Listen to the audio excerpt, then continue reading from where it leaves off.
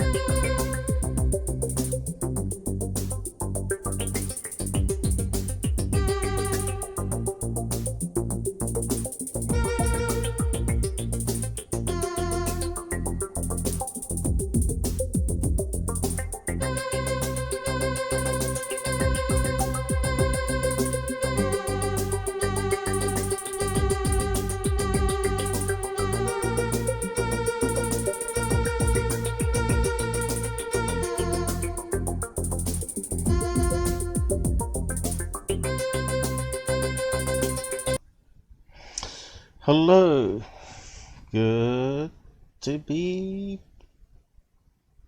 back. I'll be back. Yes, so it's Sunday here in New Zealand. Let's get rid of that echo. There we go. Nothing worse than feedback. Yeah, hopefully I'll get the sound just right, because the last live stream we had some crackle. Let's see.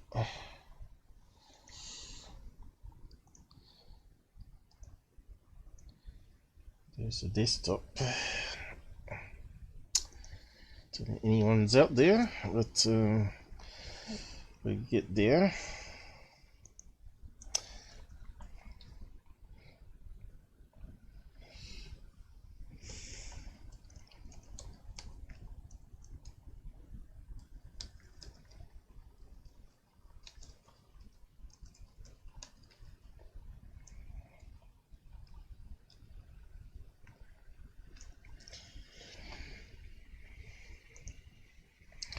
Okay, that seems to be working.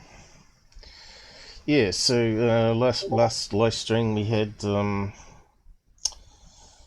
Robert joining us from UK, and we talked about various things, including Bob Lazar. So if you haven't seen that live, go ahead and watch it sometime.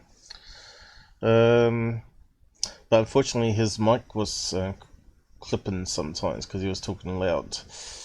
So yeah, it's very hard for me to see how it's coming out on YouTube if people don't tell me that it's making a crackling sound when Robert talks. That's what side chatters are good for normally, because it's a bit hard for me to monitor all on the same system, because I don't detect that, and of course the guests can't do it either. So yeah, so anyone that watches future ones, maybe if you hear any weird, if the volume's too low or too loud or clicking or making strange stuff going on, let me know. As it is, I still don't know if this is working. I'll just do a quick check, I suppose. No one's on at the moment.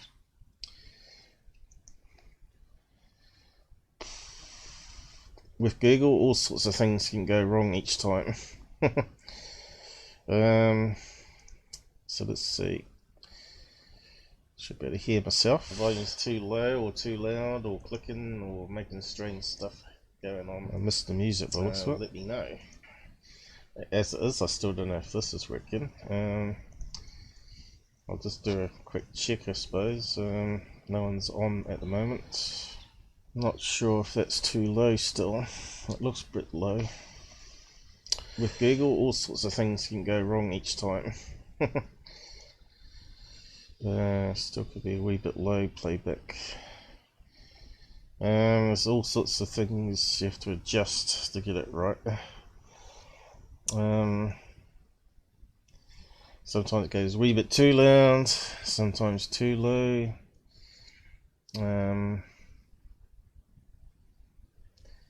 Cable output, maybe I'll tweak it up a wee bit more. Sometimes that speech reader could be too loud though, that I use to read out lots of text. Yeah, so we'll get there. It gets better as the years go on. So we had 3 there joining us.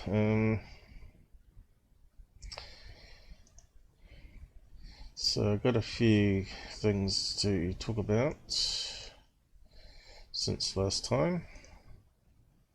See if I can find it.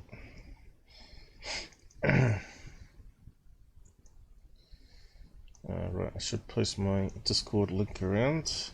So anyone else that wants to join me, get on Discord. I've got it set up here. Except for there's no one around. So if you want to join us in speech chat, you can jump into the voice rooms on Discord, and then I can set you up to come on live stream.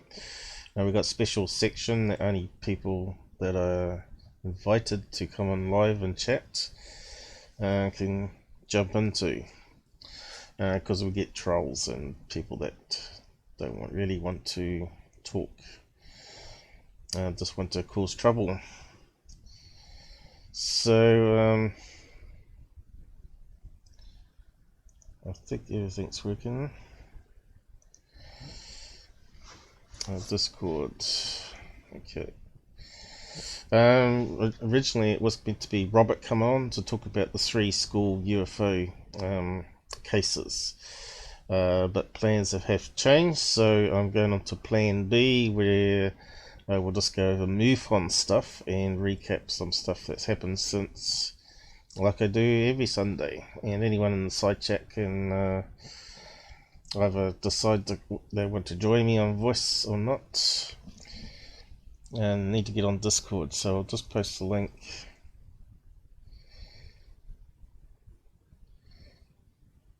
Not too many UFO channels out there where you get invited to come on and talk about your UFO experiences.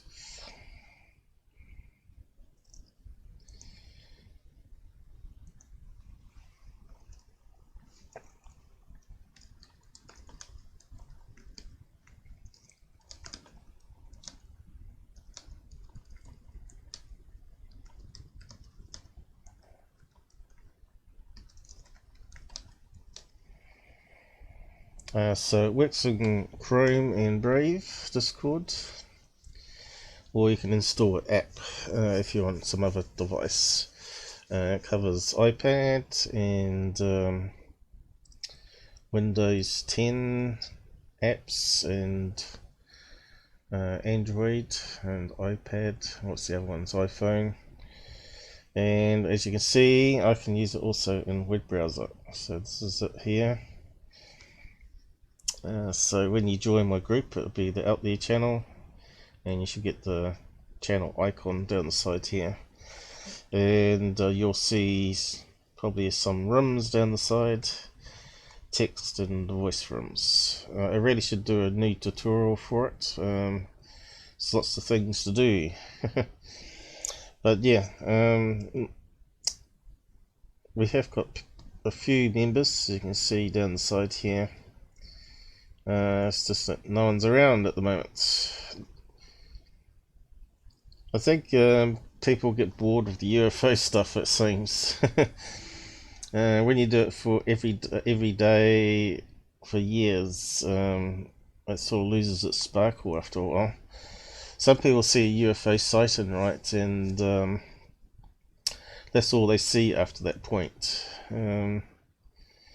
All they see is UFOs everywhere around, and many of them, like 99% of them, are just everyday things, man-made objects or natural.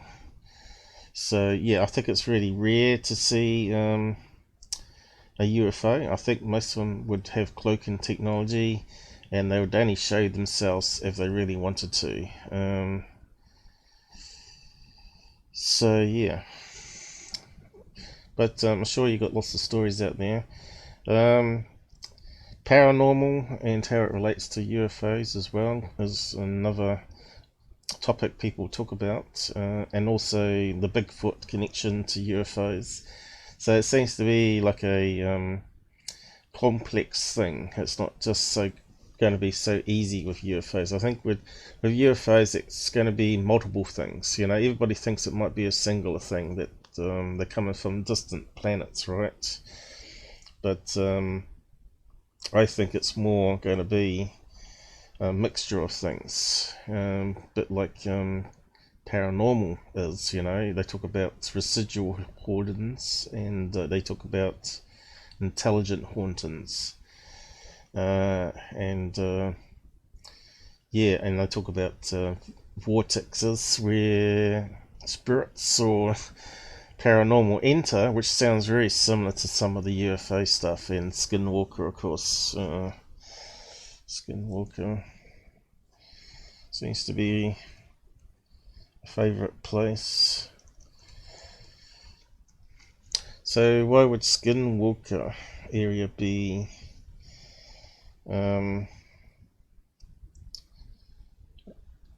the place to be for a portal day? Is there something in the rock formations? So Skinwalker, Navajo is a type of harmful witch who has the ability to turn into possesses or disguises themselves as an animal. Okay, and of course that's going to be the werewolf by the looks of it over here,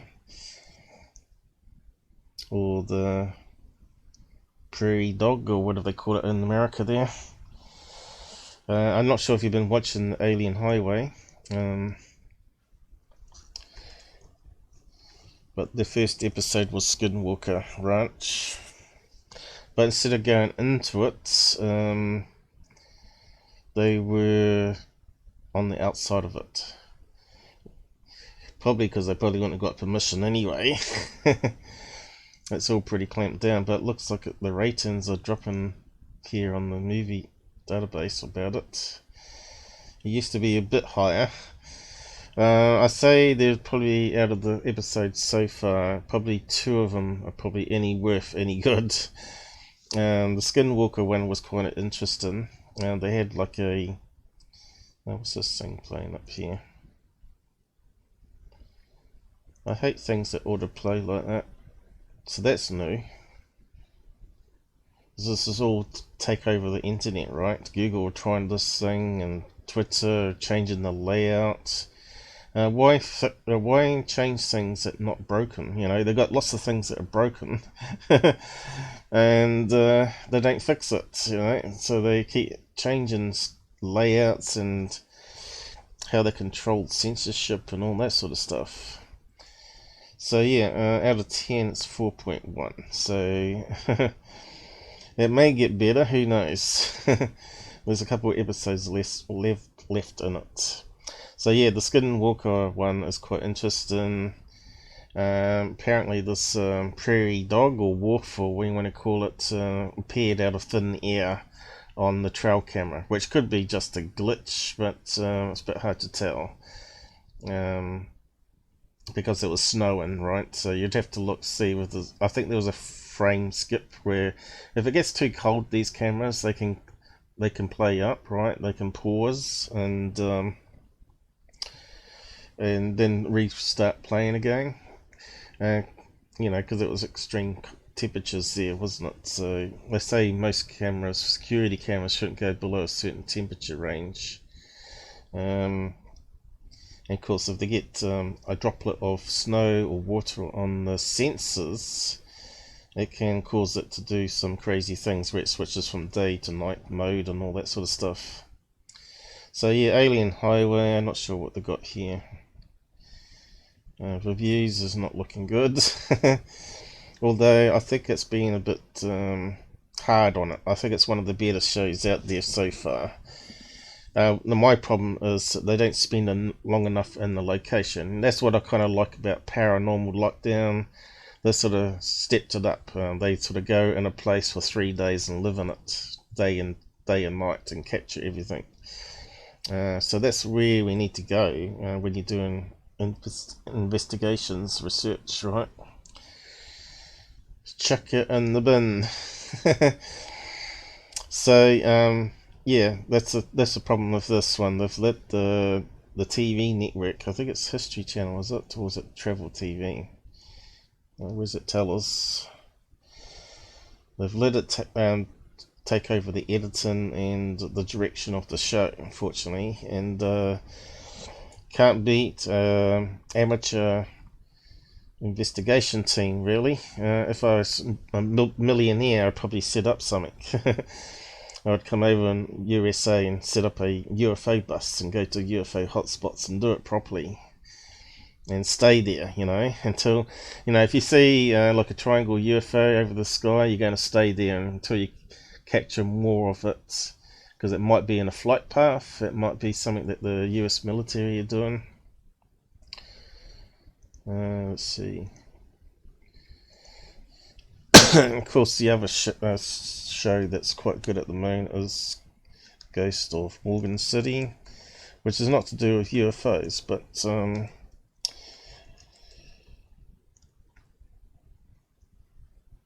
it's got Ben Hansen on it, and they've been doing some. This is also travel TV, unfortunately.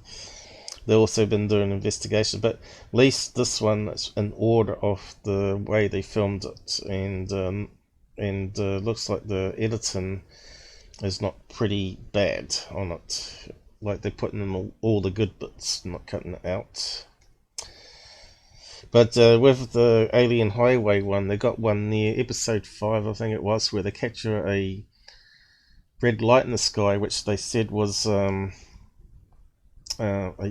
plane, and then suddenly it stopped in the sky, which planes don't do that, and then it started heading towards them, and then started coming down, and then it disappeared, and which is what the planes were in the area over the particular lake water. So that's the other show here.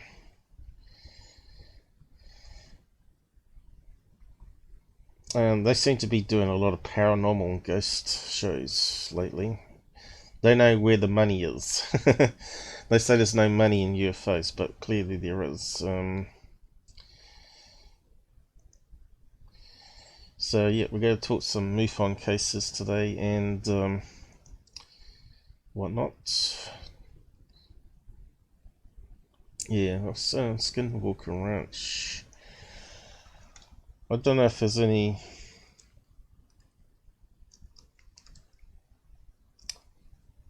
I don't know if there's any quartz, a lot of quartz in the area that could generate like some sort of energy fulfilled through like a water, underground water, and quartz is meant to generate electromagnetic energy that the ghosts can use.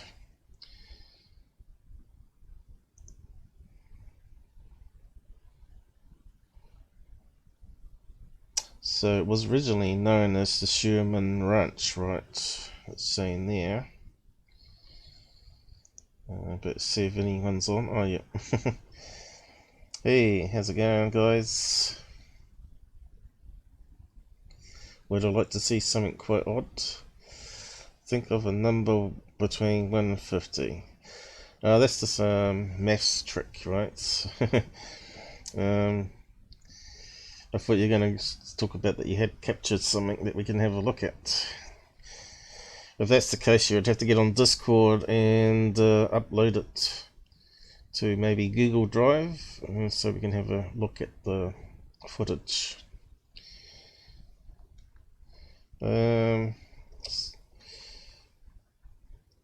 So what kind of rocks they got around there?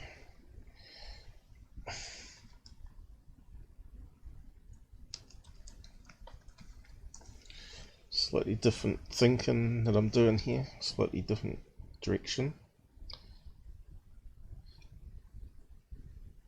Interesting rock formation. So what's that saying? Almost looks like an entrance there. That's been blasted shut, doesn't it? Underground base. See, no one's actually done a proper investigation, as far as I'm concerned. No one's actually done underground radar penetration, what's it, LADA or radar, or whatever it's called, to see if there's any caverns underneath. No one's drilled, or maybe they have, but we just not got the information. Abandoned barn homestead. What can we do with this one?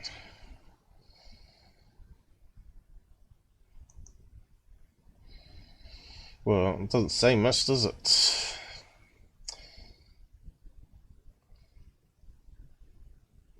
That does look abnormal here. Looks like they were placed there like big boulders.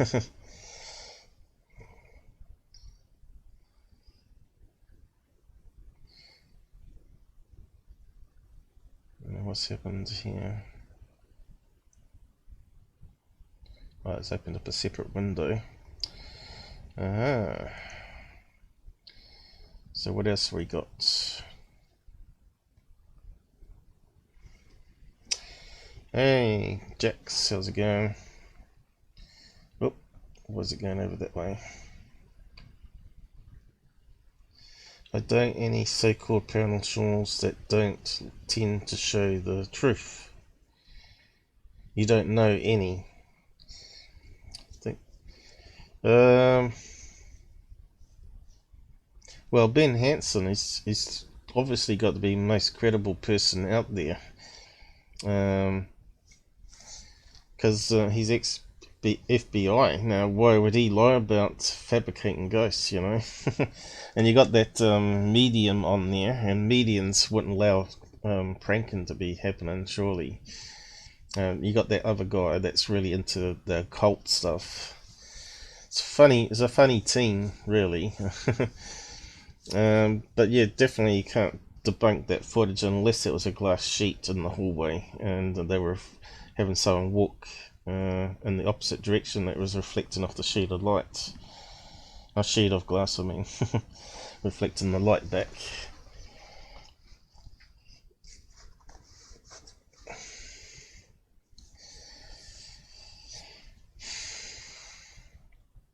But how would you be credible though? Show all camera angles, you know? I suppose that's one thing they didn't do though. They didn't have a camera set up at the end of the hallway looking towards the front door. You'd have cameras everywhere and just say, well, this just proves that no one was in the house when the apparition showed up. Right, so... But yeah, it's interesting footage. I don't think it's been faked though. But they could have done a lot better.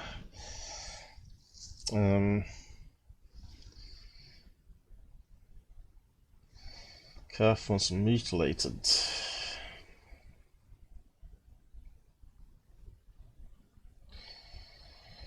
Why would the aliens mutilate calves? That doesn't make any sense, does it? So you got the theme at the moment with To the Stars, that the UFOs are evil. aliens are evil, and a lot of stuff that's appearing on History Channel. It's talking about everything being evil. And then you got someone like Dr. Greer that's always talked about them being space brothers, that they're good aliens. And really there's probably going to be, it's not black and white, but it's going to be grey.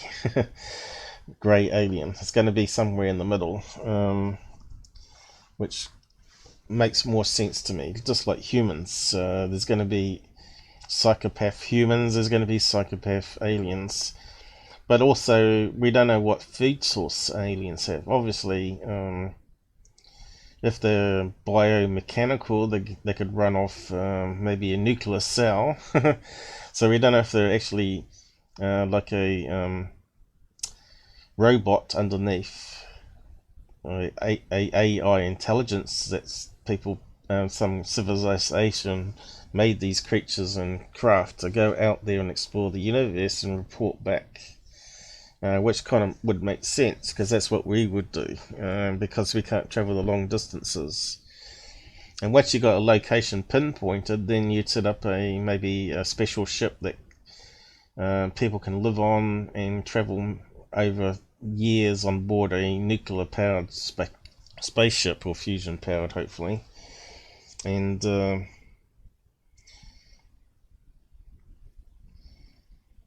get to that location, right, to do research.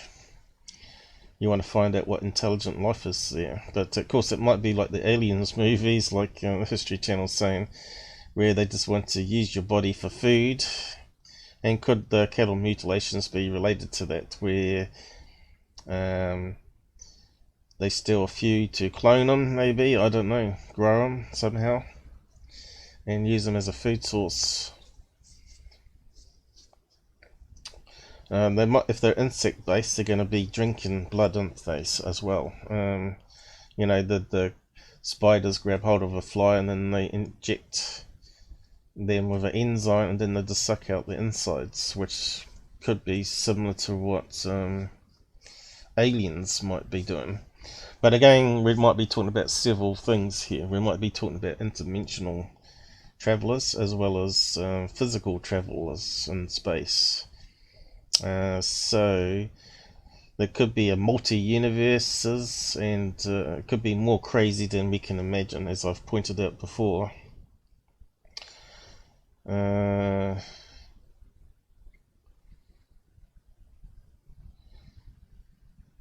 So yeah, I'm not sure what your opinions out there are on that sort of stuff, but you can join in if you want to.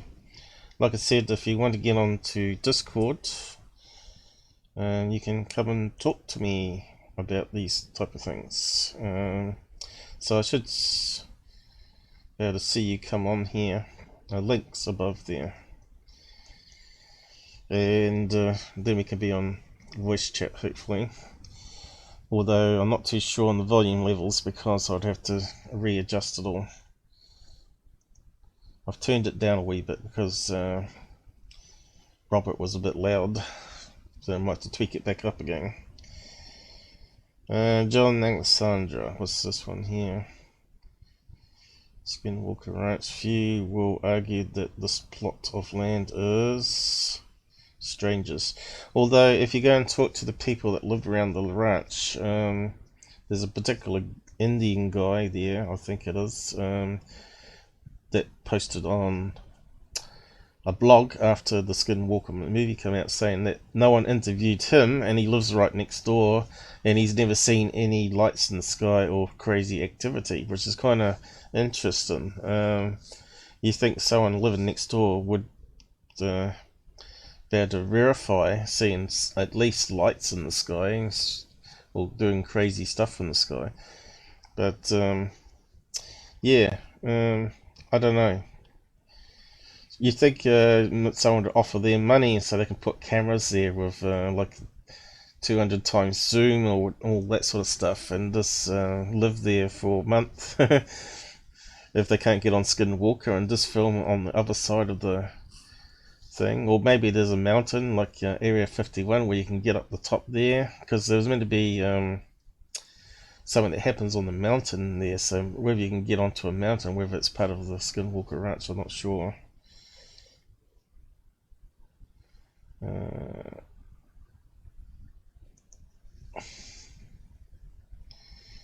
20 mystery places in the USA that are definitely out of the Twilight Zone.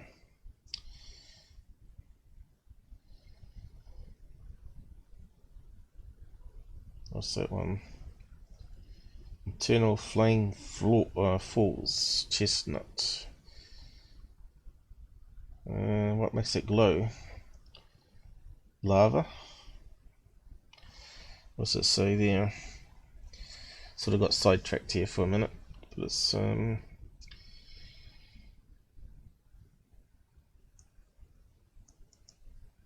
what's it say there? I can't quite read it. If you hike around waterfalls in Chestnut Ridge Park, you'll certainly notice a weird thing about one of them. There's a strange, orange-red light behind the water that looks like a flame.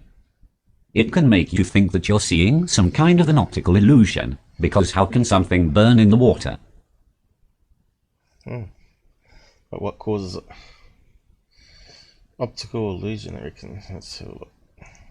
I've never heard of it. Just come across this by pure chance.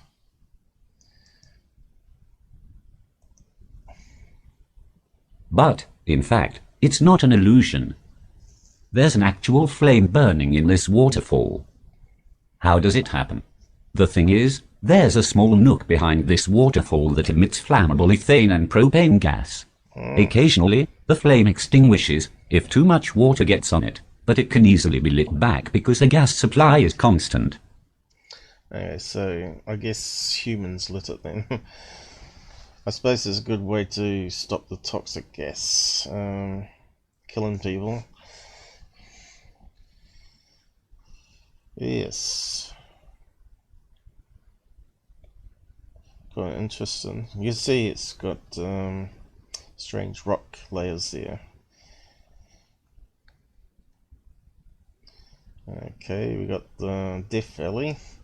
So apparently these rocks here, they move because there's a wind gust that goes across there, and at a certain time when it rains, the top surface is got a mixture of the right dust particles, so that it forms like a sludge, like a slime, and it actually helps when the wind blows against the rock. They can actually slide it along the slippery surface of the lake. So that was always a mystery, but someone managed to film it at the time that it was happening, with smaller rocks at least anyway. That one's not coming up. Why not? Roswell, number 19. Devil's Tower. That is some unusual rock for sure. It's very interesting place to go and see, I guess. I suppose it's can't have people going up to the top on it. I suppose it's sort of private land or something, is it?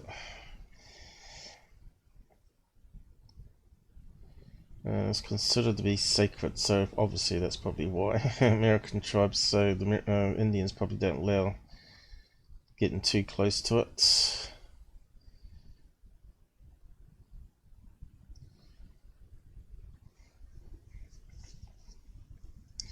Countless parallel tracks going all around the rock. According to a legend, they were made by the claws of a giant bear.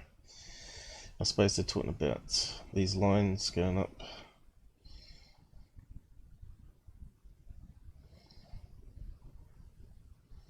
Vortexes, Sedona.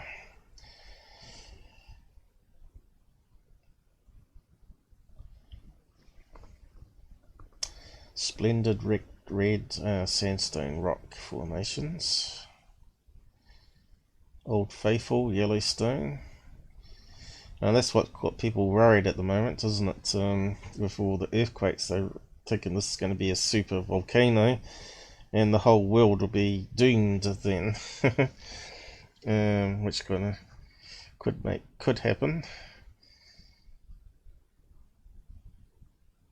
Eruption typically lasts for 5 minutes, and in 90 minutes everything repeats again.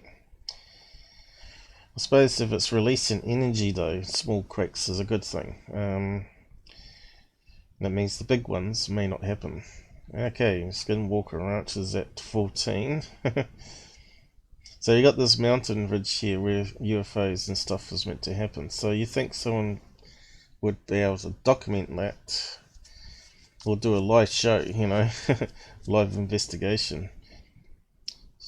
The problem is you can't get access to all these areas, I guess. I suppose that's owned by Indians, so you'd have to get permission, and of course they're supernatural and you can't do this, you can't do that.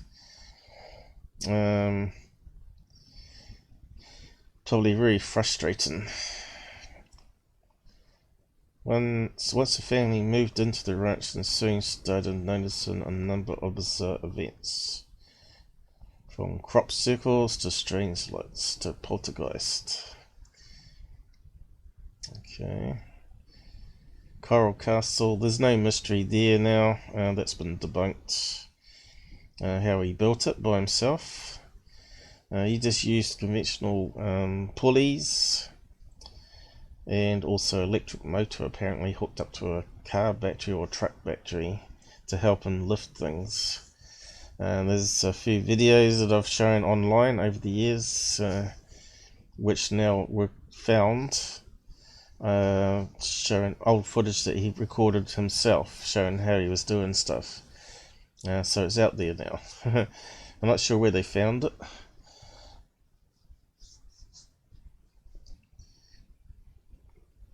But he always claimed that he had worked out how the Egyptians built the stuff. Which wasn't true. He was just using the white man pulley system, not the Egyptian pulley system. Well, who invented the pulleys? I guess that's a good question, actually. Invented.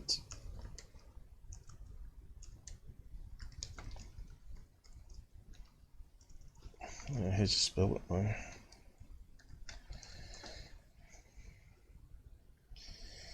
Archimedes.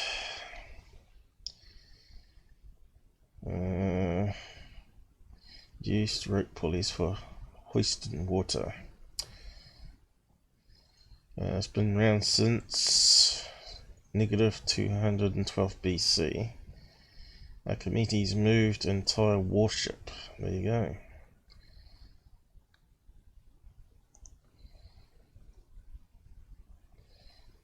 Now they're saying 400 BC on this one. The Greeks had used pulleys. So who's the one that did it? Must be the Greeks then. Well, they're not exactly white people, are they? So Mediterranean. And inventor, he invented such things as Archimedes screw, which is really cool. And the compound pulley and the lever, or liver as people in America call it. Okay, so on to the next bit.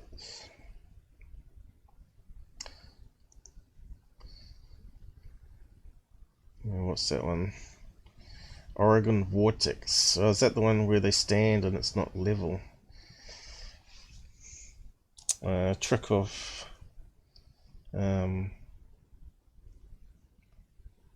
elevation, was it? Doesn't really show a decent picture there though, does it?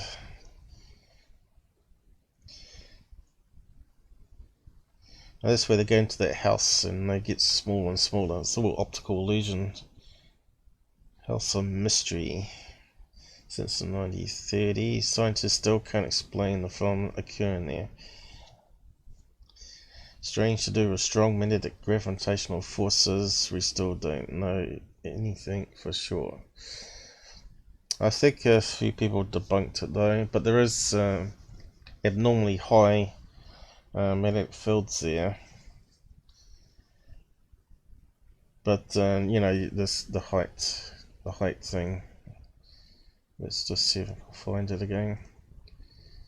where a tall person and a short person, they swap around, and the tall person is actually shorter than the shortest person, which is strange. Okay, we can do it up there, I suppose. Open the vortex. Stand in. Well, I'm not sure what you call it. Height. Change explained. Here we go. So there's several videos here that talk about it. I suppose we can pick up one, see how it goes. I'll slow it down.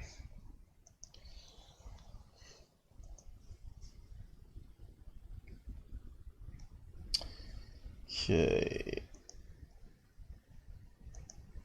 That's only 480p. You can see it's been around for a while. 2010. So let's see what these guys do. Wait, hang on. He's a pretty tall guy, 6 foot.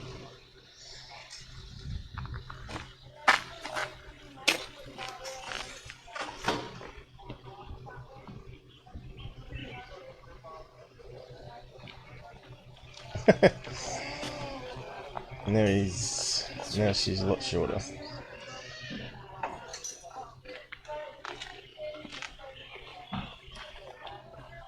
Now the same height. But you can see that she's definitely raised up here.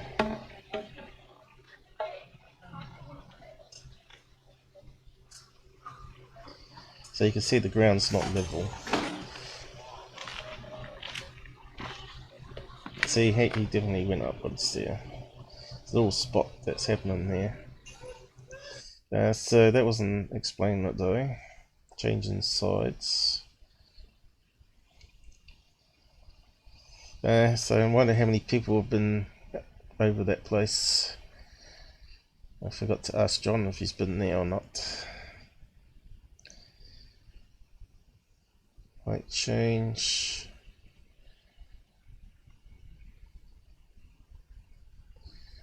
So you can find out lots of information on this. People have been analysing it for a while.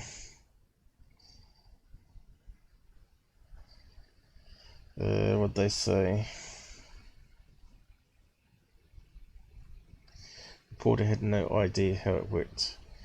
The plank was level, as you can see, even balanced a nickel on it, but the height change was too great even if it was a fraction off.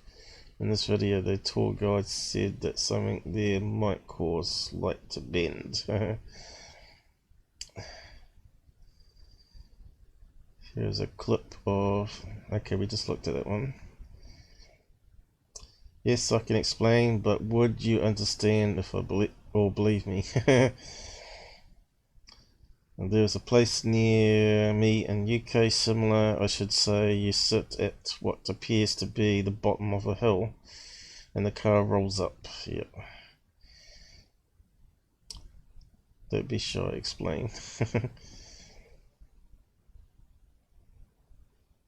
You're talking about Magnetic Hill. I live 40 minutes from there. As for the height change, I wonder if it would look the same if you block out the background. So this is in 2012. Illustration 1 shows the finished product. Okay, what's this one? Cool optical illusion. There is nothing fishy going on here. If you look at the second video, you can clearly see one side of the far post facing the inside of the other post. However, you can't see the side of the post closest to us that is facing towards the other post. Yeah, that's the problem with 2D, isn't it? Instead of 3D. Because you can see that one looks like it's more forward than that one, which is photo 2 reveals. So here you go, he's talking about angles. So he's got it on a slope here.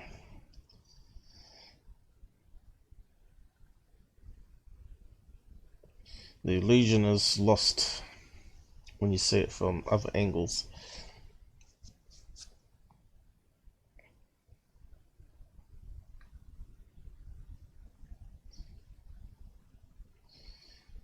It looks like some of the pictures got deleted there.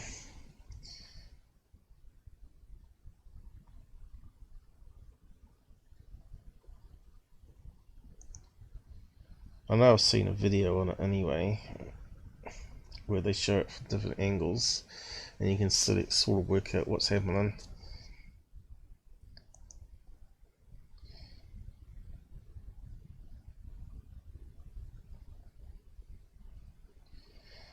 I think the trick is the angle the plank they are standing on is on. Pictures and videos are never perfectly straight, it's always on an angle.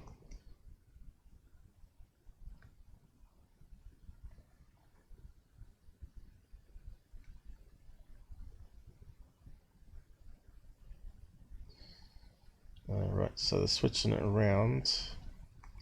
He's taller than her.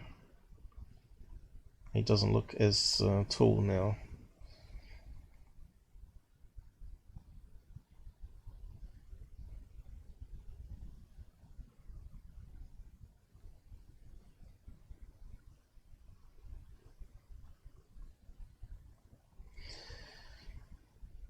Here we go. Strange gravity. What's that one talking about? Could this be how the ball rolling up the plank trick is done? I suppose we can have a look at it.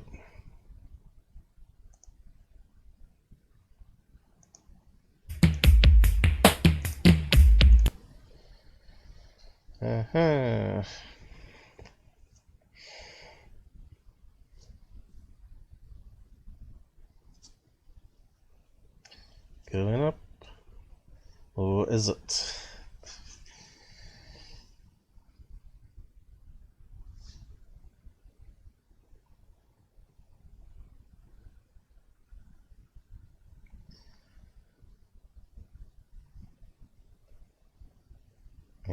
Yeah, rotate the camera. That's going to be something similar to the location with the slopes and things.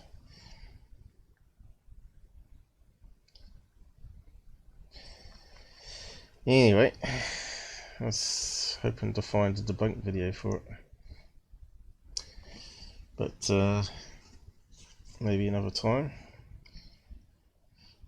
What's this one? Cathedral? What's strange about that?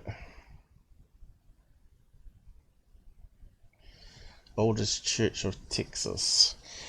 Isn't Texas like got a church on every corner, like every other place in the world's got convenience stores and gas stations?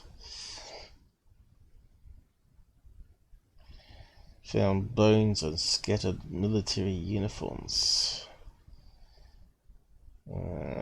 Ghostly, shadowy figures and even ghosts. Okay, what's the next one? Bighorn medicine wells.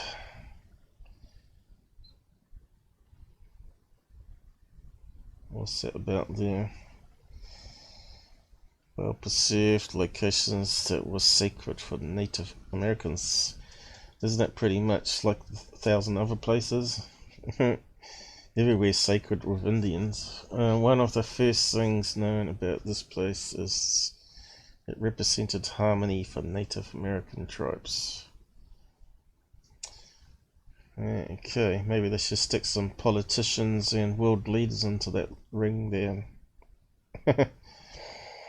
Mels hole. Okay, we've heard this one before. And that was famous on Art Bell for many years. Turned out to be a big scam though. The story got stranger and stranger. It started off good, but the guy went too far. when they started sending a probe down there, and then this seal type creature jumped out the hole. Hollow Earth theory. I've still got the radio talk show for all that. I think it's like 5 hours of it, or 7 hours of it all joined together.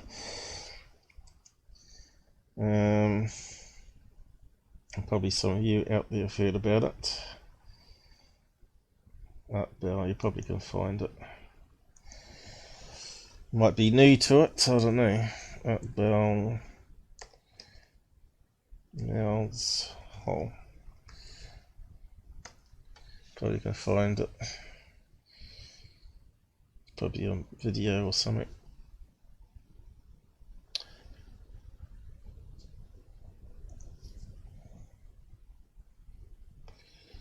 First 3 calls. You see, they're quite long. So that must be all to join together there, I'd say. 1997 to 2000. So yeah, it's probably copyrighted, isn't it? How'd they get away with uploading it? Mels Hale from Art Bell was revisited by the news. What's that one there then?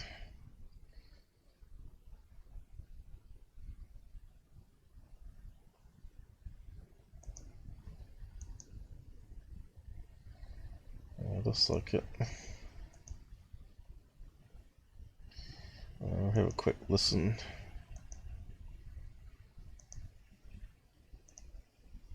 Are beautiful in any season, but some believe what lies beneath is a deep, dark hole with supernatural powers. One of the only people alive ever known to have seen this mysterious hole took me as far as he could, or would. Oh, honey, don't go up that damn driveway. I want to see if there's tracks up here. I'm just curious. Get out of your tree going up there.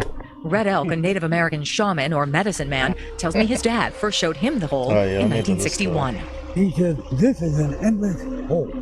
He says he's been back many times and that strange things happen every time he goes near it. And people get it confused with what I call the devil's hole. Many locals claim to know about the hole, but it didn't really become a phenomenon until 1997, when Mel Waters went on the Coast to Coast radio show with Art Bell. As usual, I brought the dogs with me. They wouldn't go anywhere near the damn thing. Waters said the hole had a 3-foot stone wall around it. It seemed bottomless to him, so he used an old shark fisherman's trick, sending thousands of feet of fishing line down. What I did is I sent down a roll of lifesavers. Lifesavers? Yeah, so when it hits the water, the lifesavers will dissolve. But the lifesavers came back up whole, no water. So how deep was this hole? Waters said he believed it descended miles into the earth, and he says he's heard strange stories about its powers. The one guy claims that he threw his departed canine down into the hole. He swears the dog actually came back to him. When Mel went public, that's when the trouble began. But why? Now I'm going public on this. Red Elk claims the government has a secret base there. It's an underground base, a very small underground base.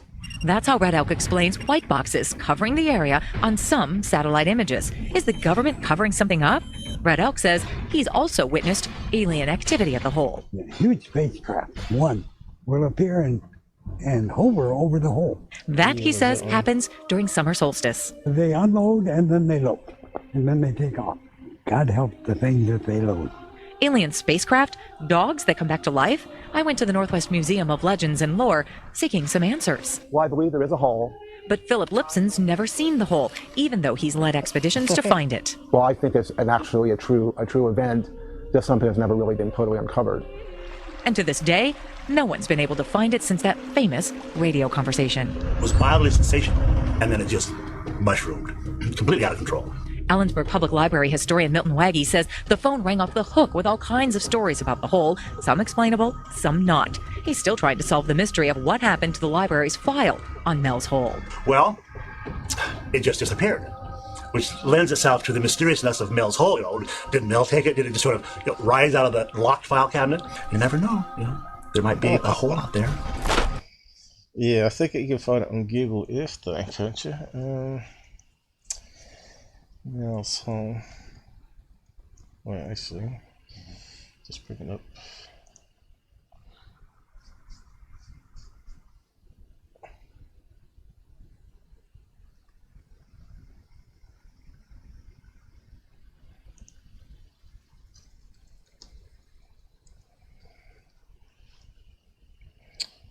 Used to be able to find it.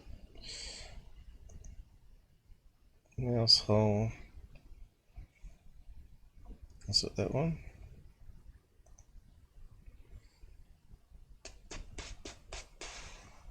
Does say mouse hole. Could it be that one? So it looks like it's going to be like a natural cave system if it's going to exist. But I heard a story that they put a wall around it to safeguard the kids actually exploring into it or falling into it. But they then used it to throw all the old rubbish on the farm down it, you know, old TVs and all that sort of down there, down into the hole. I suppose it's a good way to get rid of your rubbish. Man was always putting stuff underground. Throw all your toxic chemicals. So it looks like the same road they were on in that news clip there. There's the mountain. Bit hard to tell elevation from there though. Well, you expect a hole to be in a mountain range, wouldn't you? Whether that's the mouse hole, I don't know. Apparently it was meant to be on a property with the farmhouse. I'd have to go back and listen to it all again. But that looks like it could be, and it's blocked off, is it? Like they said, it's still blocked off, that one. Got a white blob. Quite a strange.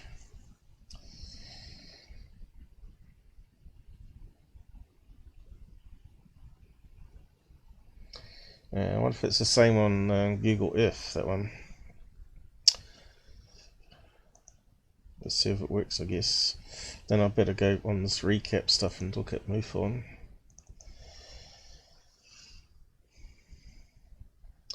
Well, it is Lazy Sunday. There wasn't anything really planned. It was meant to be Robert coming on to talk about the 3 school UFO cases. Okay. See if we can find it on here. The thing with Google Earth though, we got the playback, wayback function where you can go back in time.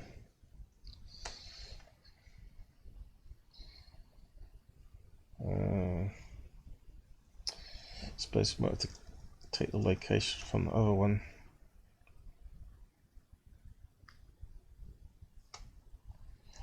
Of course, anyone could call their hole a Mel, couldn't they? Mouse hole, here we go. Is that the one?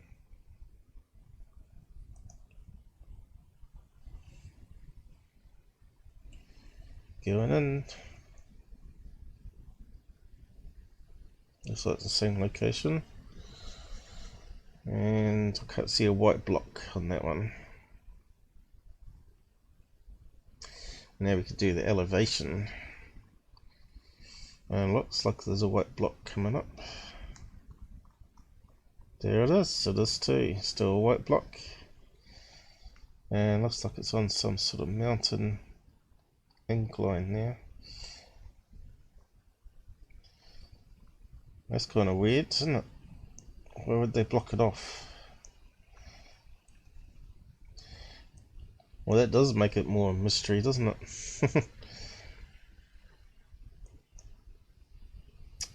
Why does it keep going crazy like that? I just want to move a little bit forward. I suppose it's not going to let me go. I have to use the cursor keys. Okay.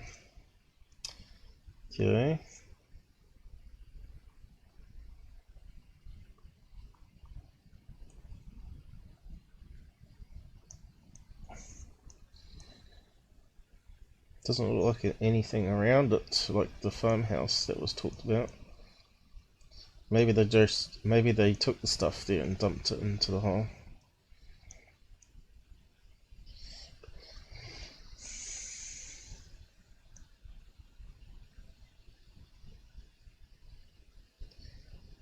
Well, it looks like a pretty stony looking ground here though, doesn't it? Look at that.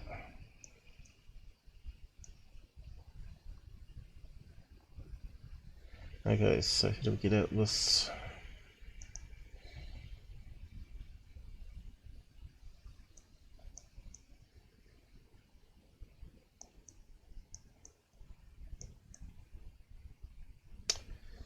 Interesting.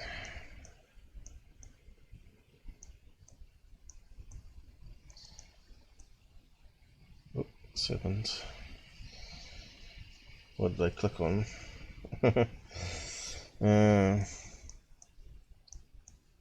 So there's the farms there. So how far away are they? So it could be related to these farms here then. What's that there?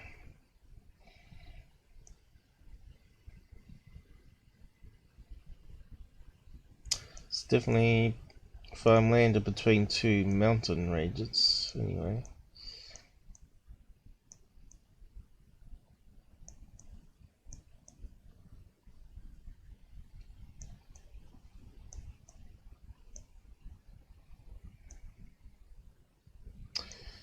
Anyway, we probably should move on. So what's that thing there saying? What's that saying? Ridge.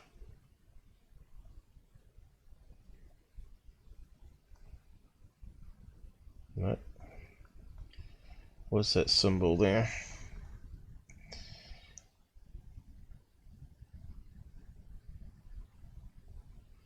Just like an information spot, is it? There we go. Yep. Let's see what it does. Elevation. See, 3,200 feet. So that's obviously going to have lots of holes. Lava tubes. Anyway. Good mystery there.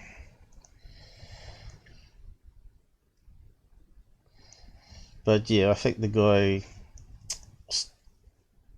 started off with an interesting thing, saying it was a really deep hole, but that's all it was. It was just a deep hole. The claims didn't back up there. Let's see. Have we got any? You think we'd have some pictures of it?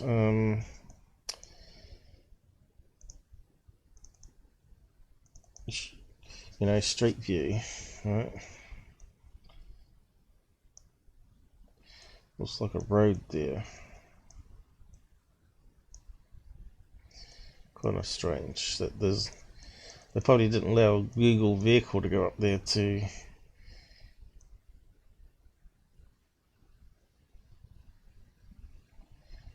Yeah, it doesn't seem to want to come up. How about there? Won't let us drop it. Kind of mystery there. Why Google couldn't get access. It looks like a main road.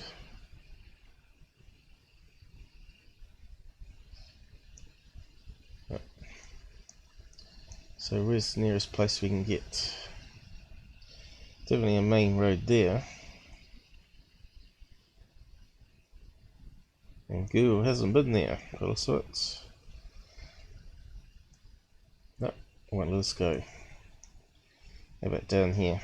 Oh, look, as far as they can go. Down that location here. Oop. Can't seem to damn drop it.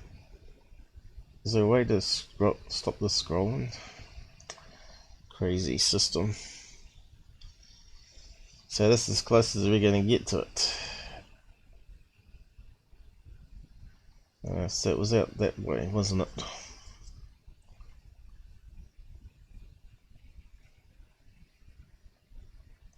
Is that back out again? So it was which direction? Straight from there.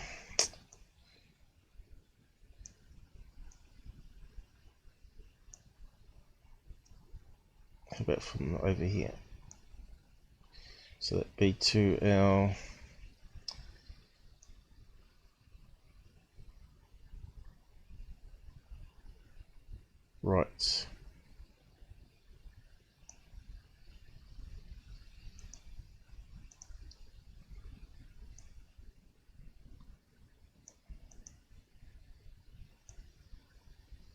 So it'd be taking off from that direction, is it?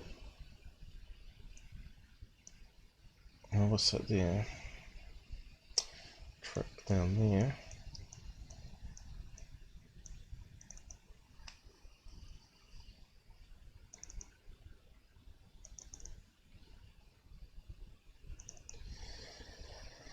Mels hole. Probably that direction. So heading off that way. Anyway, if you want to look into that one a bit more, you can. But there was some Art Bell things here. Radio chats.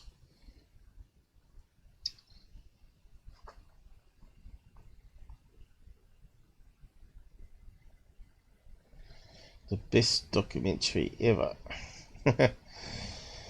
Okay.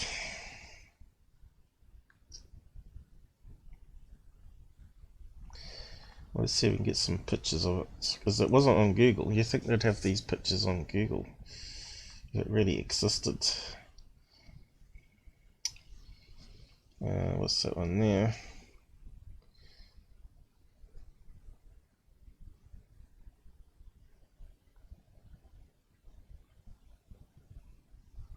Seems to be the only one we're getting.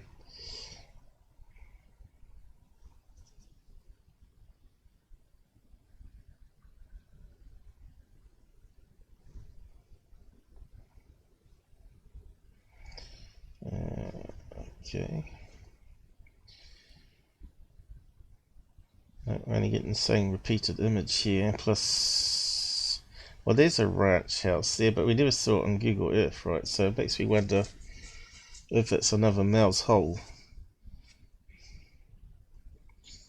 Mystery grows.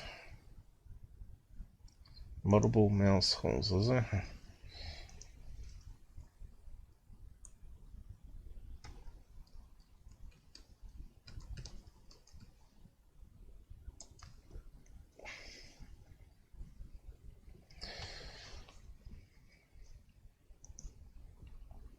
Urban legend. Bottomless pit. Elsenberg, that's where we were on the map, I think. Oh, I could close it down there. I think that's what it said though.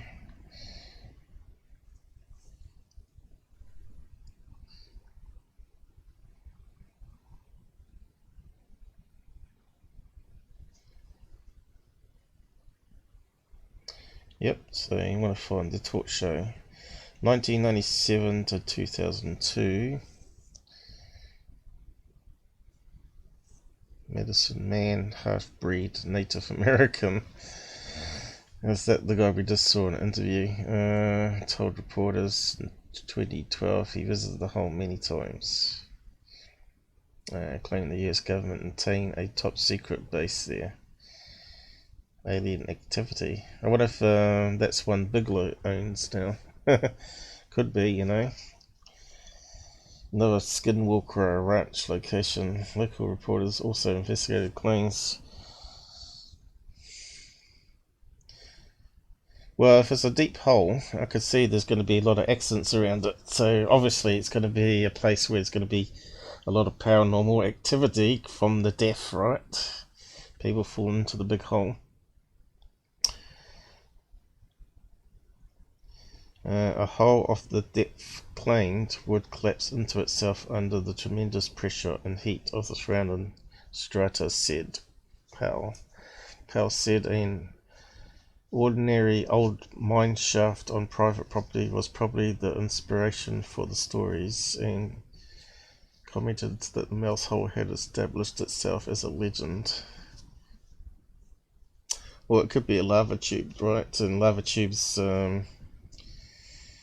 don't go straight down. They would have some sort of reinforcement where the lava melted, created like a concrete structure around.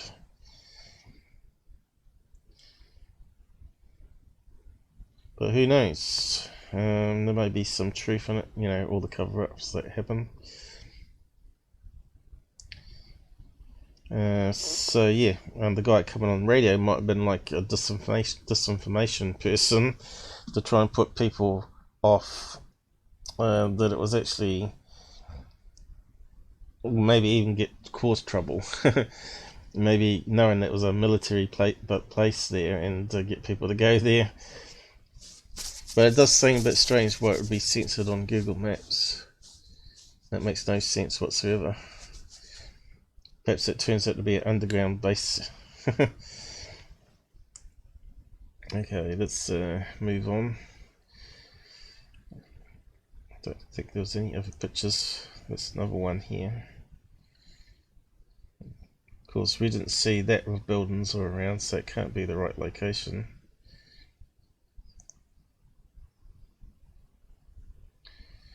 Okay. Now, we've had sinkholes, right? There could be another explanation.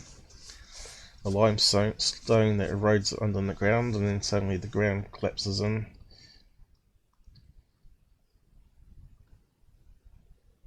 And here's another picture of a well.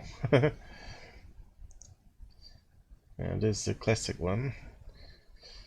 Doesn't look like 3 foot high wall though. I suppose it could be though. Devil's Hole.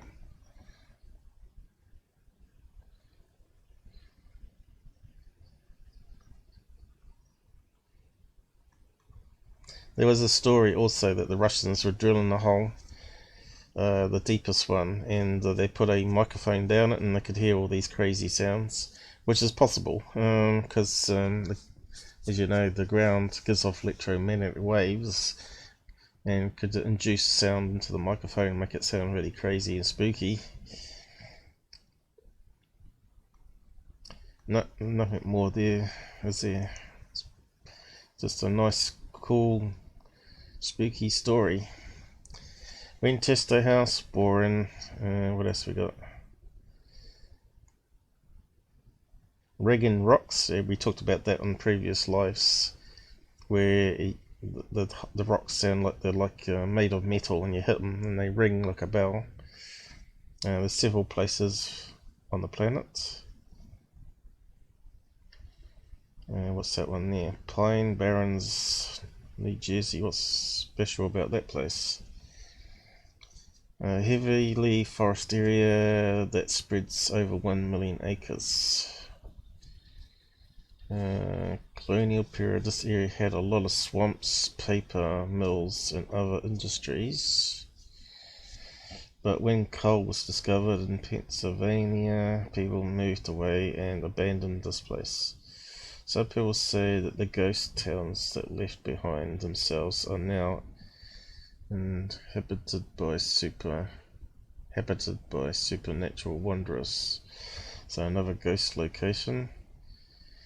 This one, the famous UFO video. That's actually the moon, and the streak was caused by movement of the camera for the last few seconds or milliseconds, as it was still, the shutter of the camera was still open. Mount Shasta, Cascade Mountain Range, Redding, California, known as one of the world's most cosmic power hotspots. Well, spots anyway. The mountain has long attracted Native Americans, here we go, Buddhists and other supernatural seekers. And different mysteries have been spotted on and around the mountain, including UFOs, crystal caves, encounters with ascended masters, Native Americans. Yes. And what's that one here? Horseshoe Canyon National Park. So what is that, guys? Strange looking creature, but Indians were very supernatural though. Is it a real thing, or is it something they seen in their dreams? Could it be ghost? Could it be UFO? Doesn't look really alien like though, does it? It's got little skinny legs there.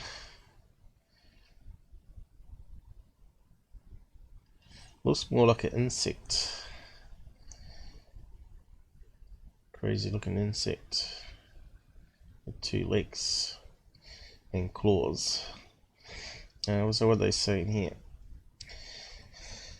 It's only a beautiful place climbing and trekking, but also a mystery place. Unique rock art, dates back to 2,000 to 8,000 years, but it's not their age that creates a mystery around the photographs, is what's depicted on them. Well, that kind of makes sense, doesn't it? But it's not the only place you get interesting pieces of art like that. So how come they weren't really good artists back in 8,000 years ago, you know, compared to what they used to do, Michelangelo and all that, with realistic images?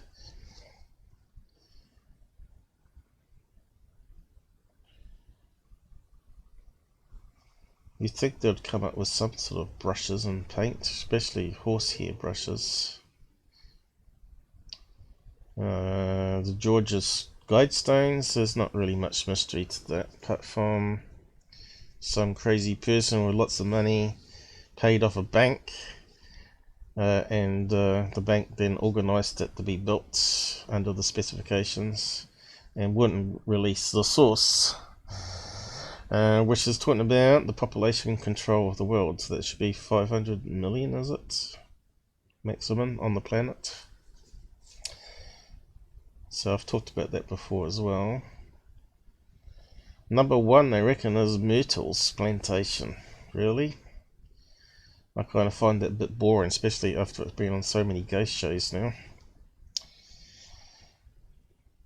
12 ghosts. At least 12 ghosts inhabit the place, and there are numerous stories and legends. Of course there is. It's good for the tourist industry. Hey Renee, how's it going?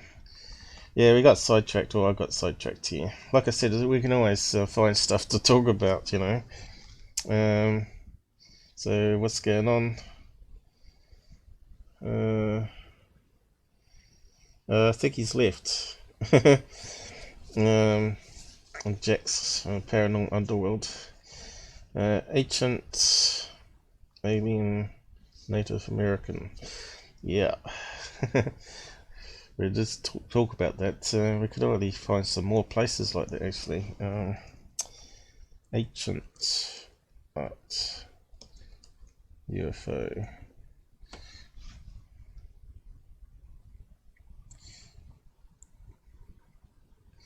UK.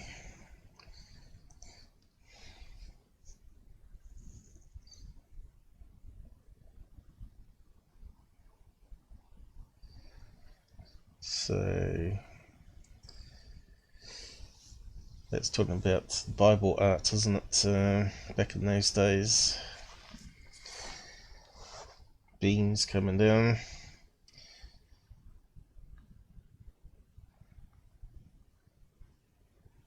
And that looks a bit crazy. That looks more like a paranormal thing. Demons. What's this one? Again, it's that sort of the sun beaming light down. Is it a UFO, or is it just looking at a moon or a sun? See, that's the problem with these things.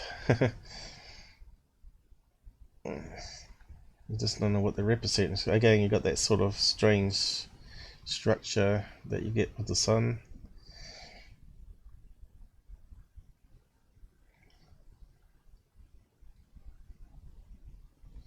And this one with the Sputnik. Looks like the Sputnik, Russian Sputnik satellite.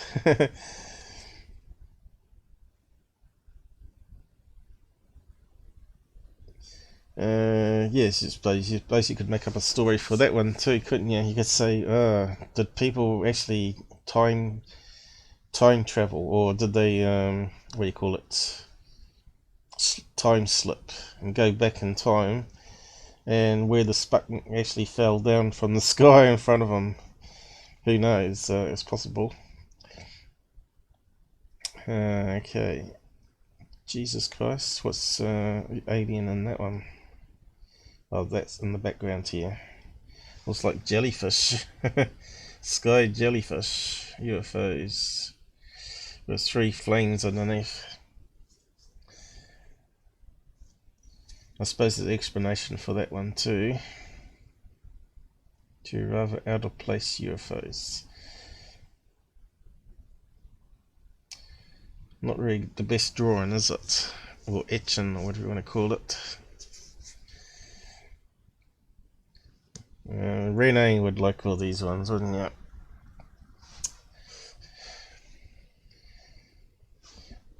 Man with dog looking at UFO.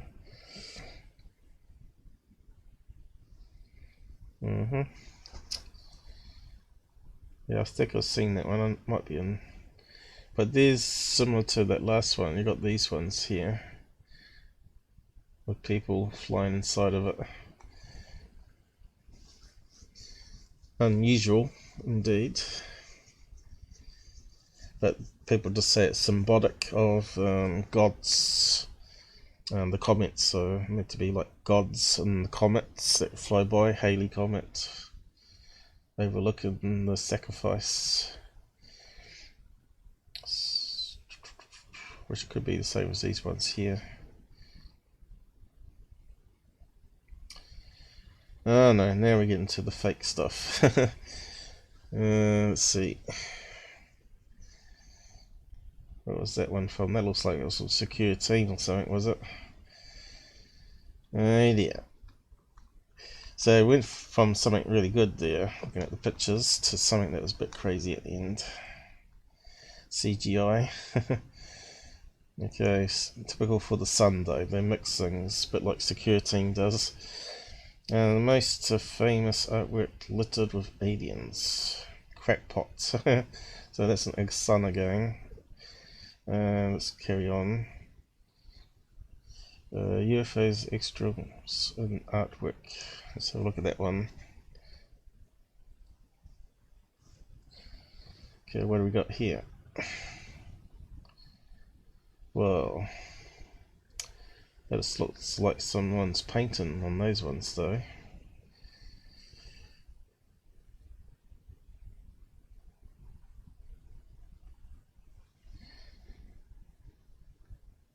Egyptians. A guy that's lost his head. He's all neck.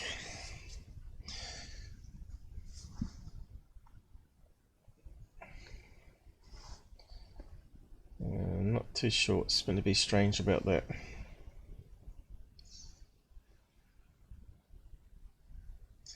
Exaggerated.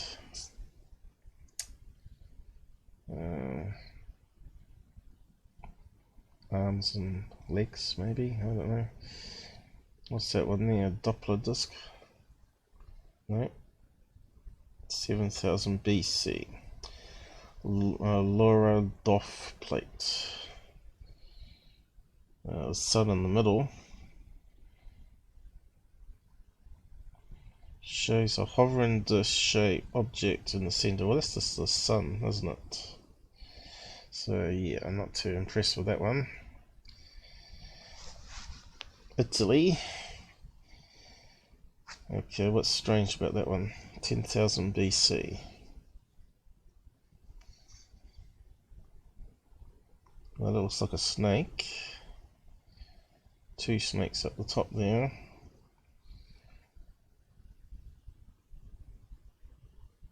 I suppose this is meant to be an alien. 2 big eyes. And that's meant to be normal human, is it?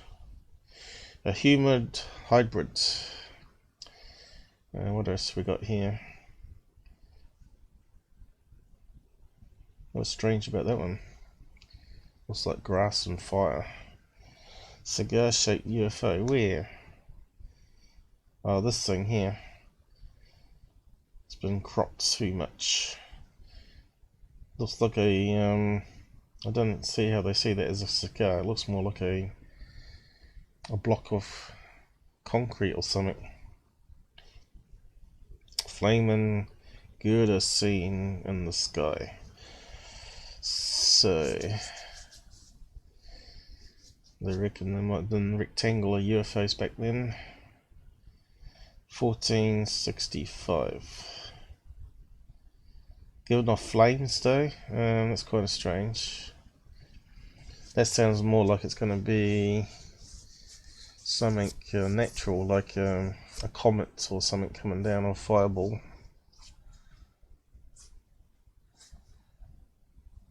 Could have been like, maybe it could have been like that cigar UFO that, not UFO, well, the cigar, what's it, Omo, whatever it's called, the thing that come into our solar system and took off again. Maybe it was part of that, right? Maybe it broke off and come into the atmosphere back in those days. That would be sort of the same shape, and it burnt up as it come in. It's possible. What do we got here? Hey, look, Rene, they got a picture of you there. Strange suited figure found in Kiev. How do you say that word? Dates 4000 before Christ. Kind of looks like a tin suit of some kind. Looks a bit like Ned Kelly, if you ask me. Kiev, is that how you say that one? What do you think on that one?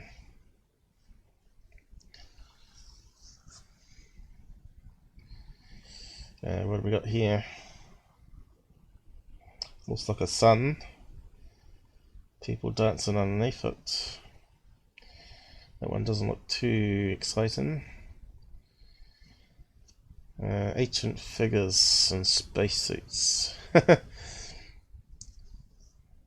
Or is it? Or is it just humans in crazy headdresses? That one's not too impressive. What's this one here? United States Native Americans. Okay, so we can zoom in a bit further on that one.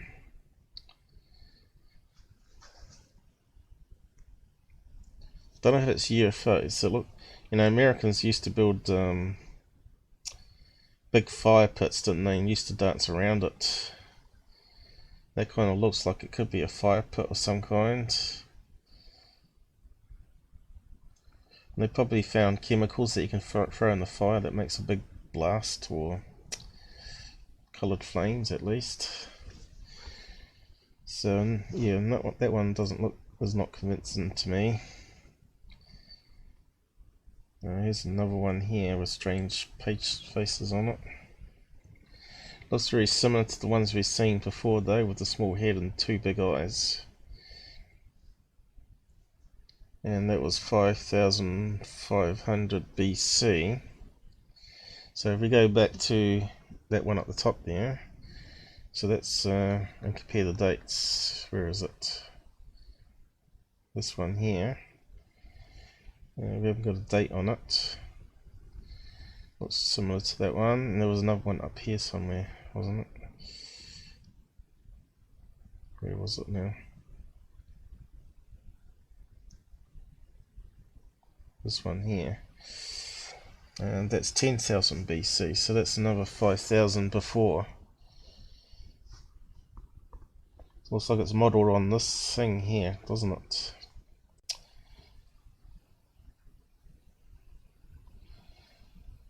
What else we got? Well, it looks like a snake over this side. Snake. More snakes.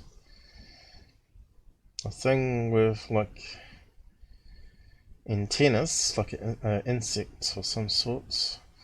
And we know some aliens are said to be insect looking, with the big eyes and stuff.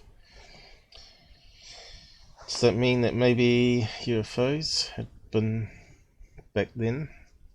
Maybe they originally found Earth probably back then with a scout ship and then now started coming back in the 1940s, right?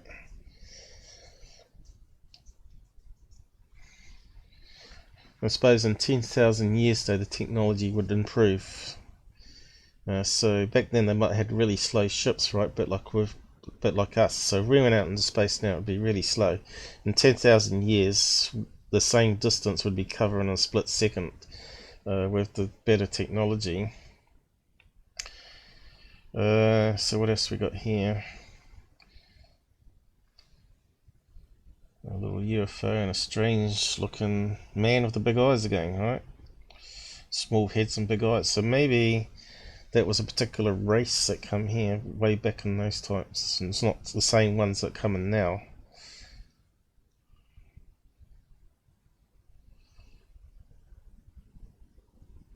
Because space is a vast expanse, right? So it's going to take time to travel it.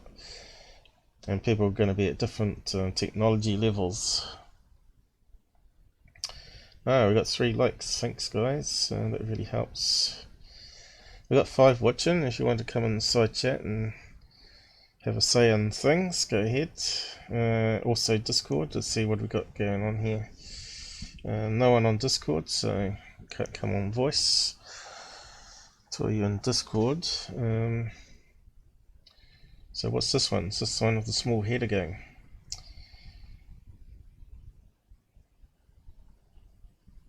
It's hard to tell what that one is. Could be anything. And what do we got here? 2 cave paintings from Tanzania. I reckon it's almost 30,000 years old, so kind of strange looking.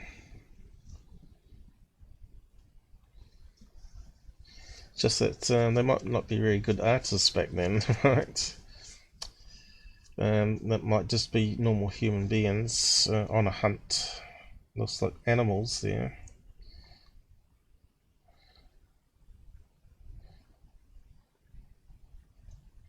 Looks like they're grabbing the person here though, doesn't it? Alien abduction back 30 years ago, it's possible. What do we got now? Buck Rogers, 1479, Sandi Arabia shows appearance of a rocket ship, complete with rivet metal.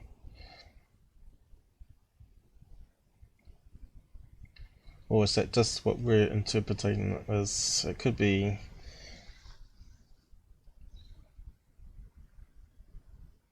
What could it be? It could be a weapon or something. But it doesn't look like clouds, and it does look like stars there. So what year? 1479, so don't know. Could be an airship. And what they're talking about, those airships that they used to get in 1800s, so kind of steampunky.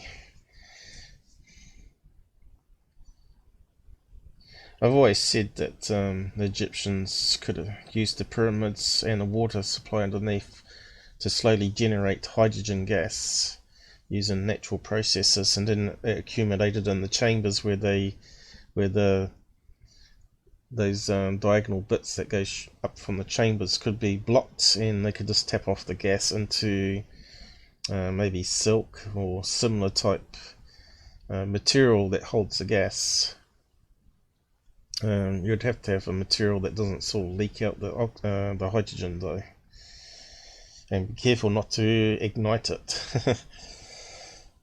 But it's possible that they had some form of collecting the hydrogen gas into little bags, like flour bags, but obviously made of some sort of less porous material, and just made a few of them and then stuck it inside here. So if you had lots of little small balls inside, it would create lift.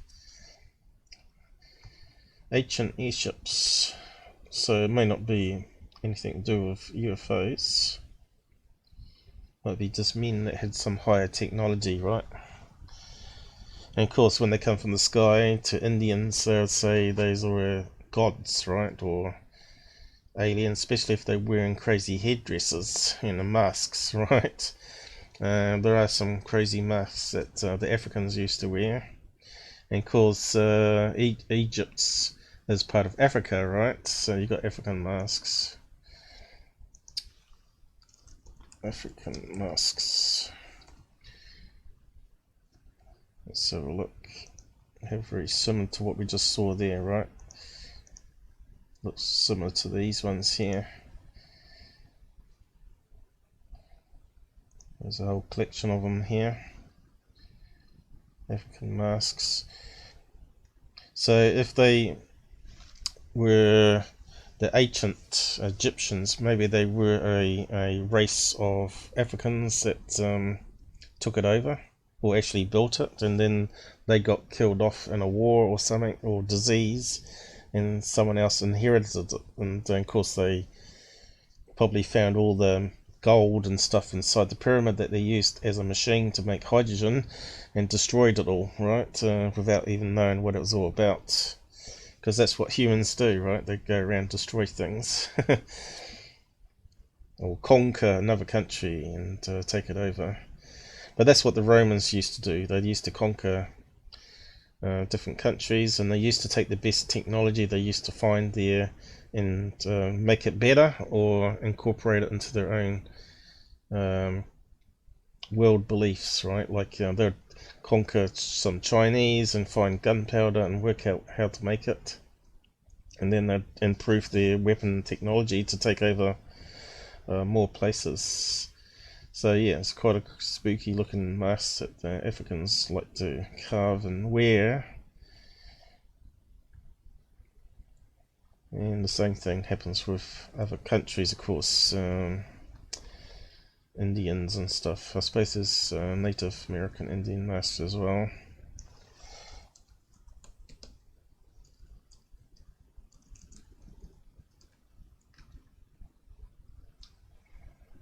Here we go. Of course, then you got South America that used to headhunt and shrink down people's skulls.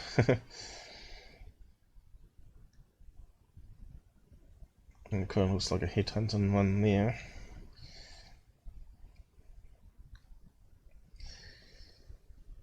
Crazy, crazy. So you can see how they might draw that in artwork anyway. So you could always keep that into mind. They're saying the aliens, but it could be just these people carving masks for, I don't know, sacrifices or whatever.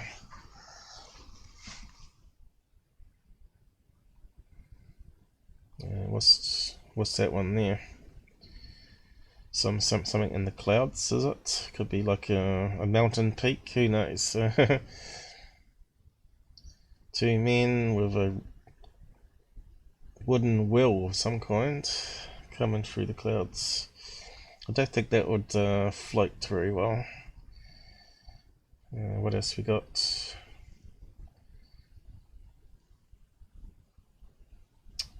What's this one? Reproduction of a relief found in labyrinth on the island of Jotu. I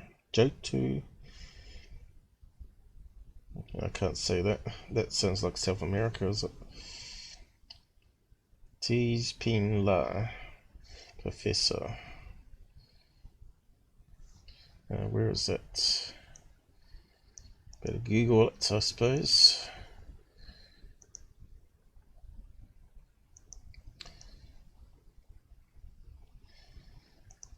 Oh, the string's gone a different direction, hasn't it? Okay, we got a lake here. Where does it say? China. Okay, that makes sense.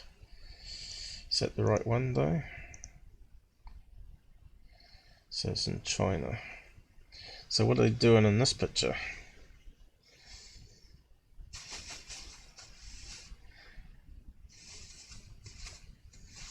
Looks like two UFOs, but is it? It could be just like, because they're hunting antelope and deer, right? So it just could be like a, what do you call it, a deer stand that's above on a mountain ridge where they're shooting poison darts down. So that one doesn't necessarily have to be anything to do with... Oh, it says Japan here though. I thought it said China up here.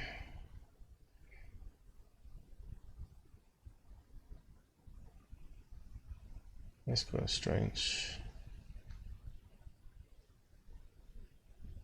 It says China there.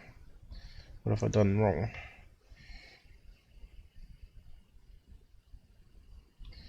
Oh, it's come out different. Hasn't recognised it, that's why. Okay, let's search on that. Japan. Well, that makes more sense then, that they would have little huts where they sit and wait for animals to go past.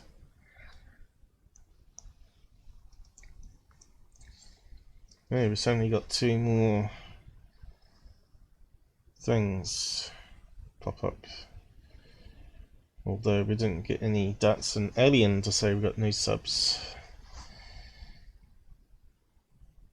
Alien base found at Chinese pyramid, 2011. Well, discovered when an ancient maze on island. Let's have a look at that one. We're sort of getting sidetracked again. So it says Chinese here.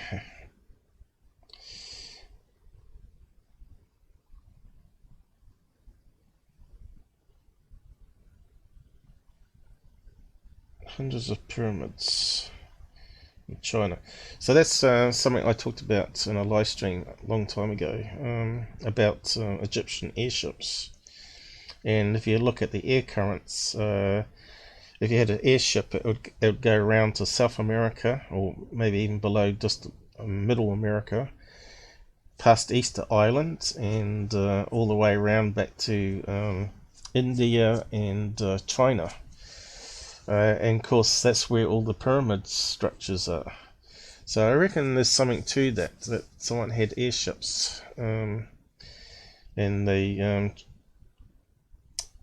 appeared to be higher technology. It's got to be related to the Great Pyramids, I reckon.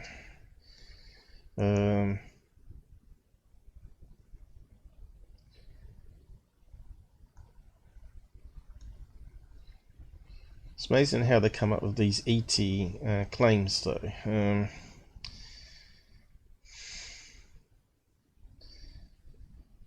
we're seeing some of that already, Doppler discs. Yeah, well, it just says Chinese there, so I'm not sure why it's got Japanese up there. Maybe they got it wrong. They might have meant Chinese, maybe. Okay, we'll just keep on moving. Okay, what's Renee doing?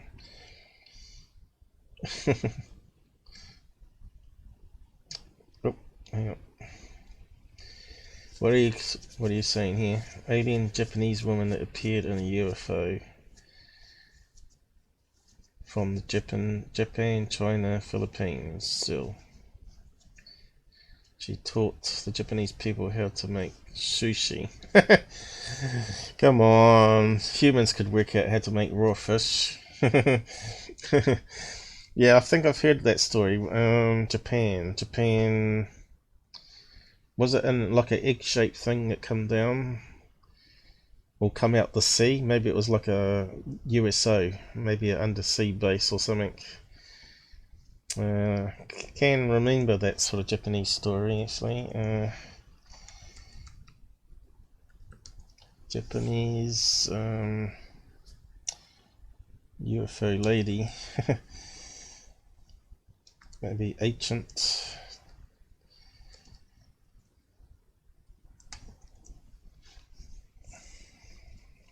Oh yeah, I was talking about that thing I did. I'm going to paste a link to that one. Airship. I know I keep talking about it, but it is an interesting topic. Why is it not coming up? Oh, here we go. This one here. I try to look for connections or evidence that can actually make a claim more factual rather than just being a legend or myth. And so I look at the science of it, see whether it was possible. And I did a whole collection of these type of documentaries. The Egyptian light bulb is another one I looked at. So I'll find the link for that in a minute. Ancient airships.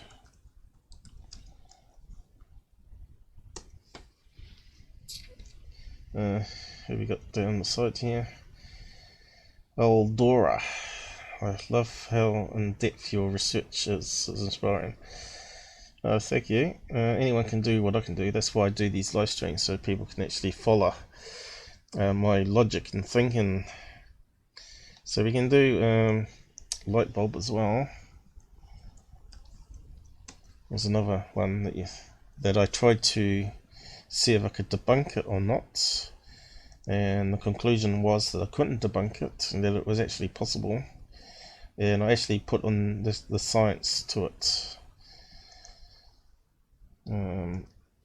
All these things I've got up that I've had up for years and hardly anyone watches them.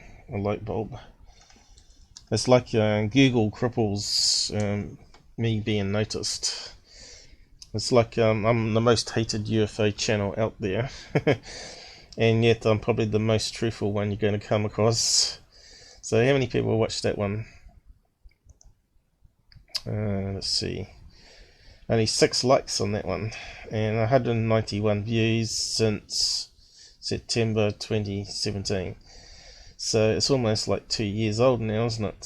So pretty bad, Google. And I bet it's better than some of the ancient alien stuff, because mine actually makes sense. So what else did I put up there? Let's see. Egypt. I've probably got other stuff where I've talked about it. I can't even spell Egypt now. E-G-E. It's this kind of strange word, isn't it? Egyptian. Okay, we got the tank one. Unfortunately, that one was very debunkable.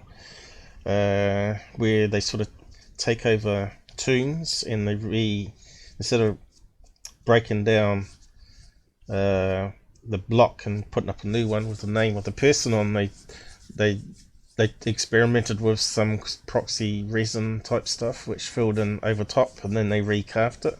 But what happened after 1,000 years, it caused it disintegrated. So unfortunately that one there is really debunked. With the helicopters and what was it? Someone said it was actually a trawling boat, you know, like a squid boat or whatever, or a tuna boat, and one was a helicopter. What was the other one's tank? So that was the heli tank one.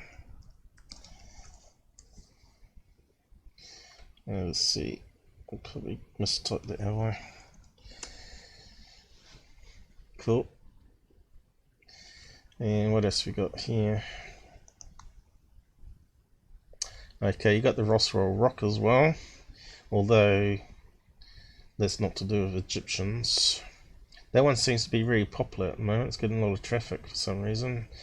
It's had amazing 2,000 views in a year. That one's had 191, 400 views on the tank one. Post the Roswell Rock one as well.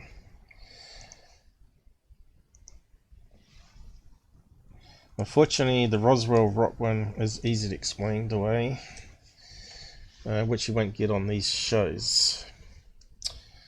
They're easy to carve. Apparently someone back in the 1970s was carving them and selling them at like alien con type shows, and they were quite popular, and it was the same design on it with the 2 circles. But someone was clever enough to get a rock that's got a lot of iron in it and magnetize it so it would spin around with a magnet. And then some guy replicates it and shows you how he magnetizes it on one side so you can get it magnetized. So yeah, that one was basically a summary of some of that guy's video and stuff to keep it preserved, so to speak. It was off websites and stuff. Some good research there, and some skill sets too. A lot of good artists out there.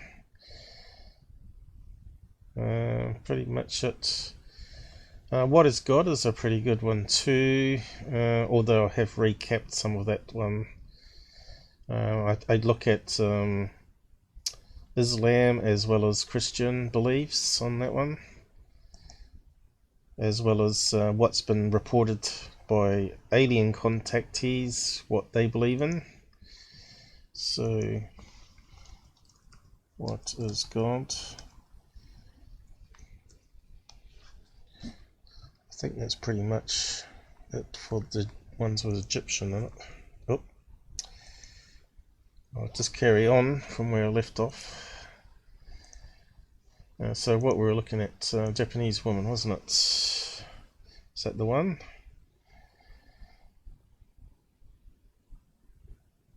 Washed ashore, that's the one. I think that's what Renee was talking about. Yeah, I'll just catch up with this. That's the woman that you're talking about. Apollo 20 top secret mission. Well, apparently, I don't know if that's true or not, but apparently there was 2 Apollo missions that were funded but were actually taken off. Apollo 18, I think it was. Apollo 20 was another one. It was funded for, but they cancelled the program, didn't they? Or apparently, anyway. So, but you'd think someone would see a rocket launch go up, though, wouldn't you? And it would be well documented. I'm not sure. But apparently it's a hoax thing, you know, put out by UFO channels or something, or disinformation. We're sort of changing the topic here again. Apollo. That's not how you spell it, is it?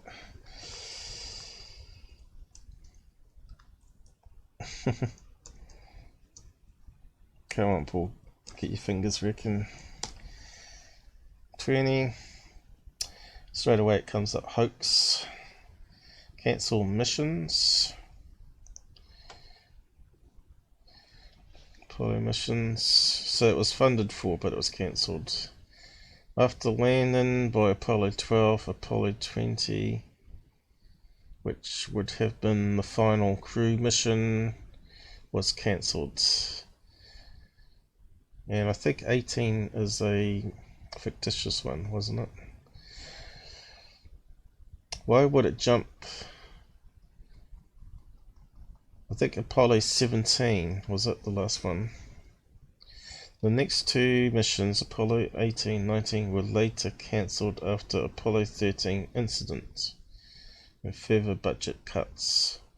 That's what it says there anyway. Apollo 13, what happened there? It caught fire, didn't it? Wasn't Tom Hanks in that movie? I'm kidding. Yes. So yeah, that's another topic for another day, I think. But anyway,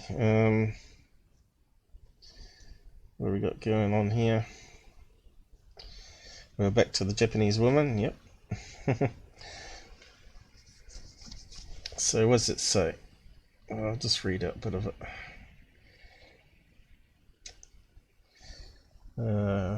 But I'll move on after this, I think. Have a look at some MUFON stuff. Also, Utsirafune, an Eurobun, refers to an unknown object that allegedly washed ashore in 1803 in Hitachi province on the eastern coast of Japan. When defining Utsirobun, the bun part means boat, while Utsira means empty or hollow. Accounts of the tale appear in 3 texts, Toan Shozitsu, 1825, Kyoyukishu, 1835, and Unokari, 1844. According to legend, an attractive young woman aged 18-20 years old arrived on a local beach aboard the Hollow ship on February the 22nd, 1803. Fishermen brought her inland to investigate further, but the woman was unable to communicate in Japanese. She was very different than anyone there. The fishermen then returned her and her vessel to the sea, where it drifted away. Historians, ethnologists and physicists such as Kazuo Tanaka and Yaniji Takanio have evaluated the legend of the hollow boat as part of a long-standing tradition within Japanese folklore. 1. 2. Alternatively, certain ufologists have claimed that the story represents evidence for a close encounter of the third kind. 3. Okay. So it's got other explanations. Well, I suppose if you built a round boat, right, that could withstand rough seas to try and explore the ocean, that would make sense. And just float around on the sea like an acorn till you landed on some other landmass.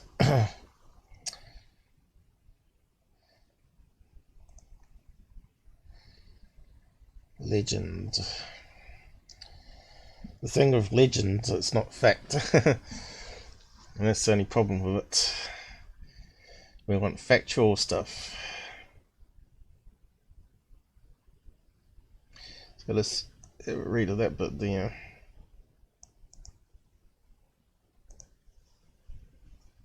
An old man from the village said in theory, this woman could be a princess of a foreign realm who married at her homeland. But when she had an affair with a townsman after marriage, it caused a scandal and the lover was killed for punishment. The princess was banned from home, for she enjoyed lots of sympathy, so she escaped the death penalty. Instead, she might have been exposed in that Utsuro-bun to leave her to destiny. If this should be correct, the quadratic box may contain the head of the woman's deceased lover. In the past, a very similar object with a woman was washed ashore on a close-by beach.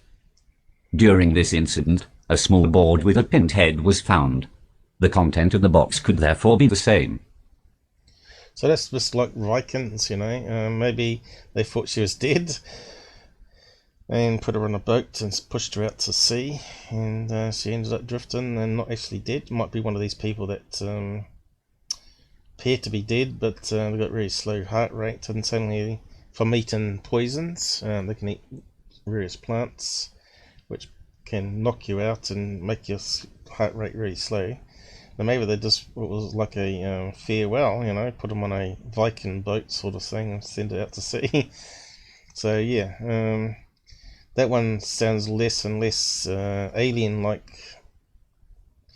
But if you listen to that on Ancient Aliens, of course, they're always going to put the spin that it's going to be E.T. Of course it's alien. If it was like a glowing light that hovered above the sea, it come out the sea and all that sort of stuff, and then it was actually wasn't called a legend, we could take it as fact. That's well documented. Anyway, we better move on. So what did we get to? That one I've explained before in a live. Covered it pretty well, I think. It's pretty much debunked.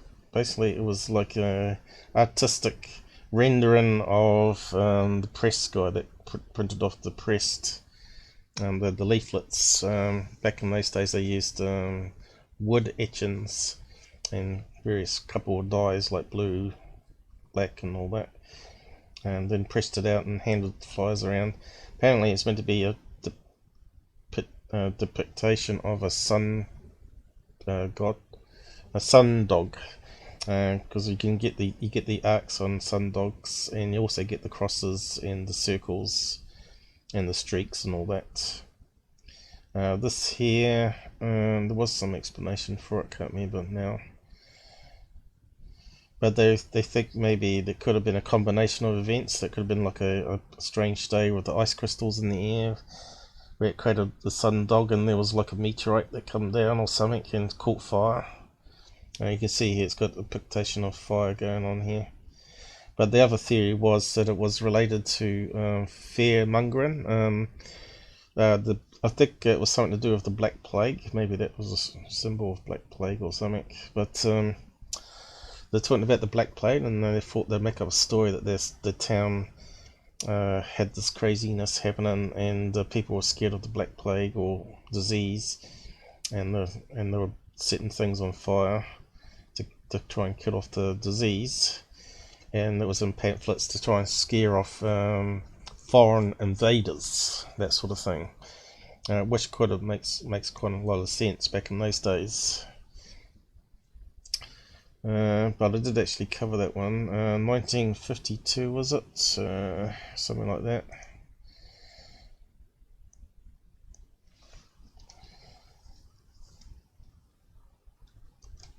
Of course, a lot of UFO channels will actually say it's legit, but don't tell you all the aspects of it. Yeah, and there's another one here. This Mount Washington UFO case from 1870.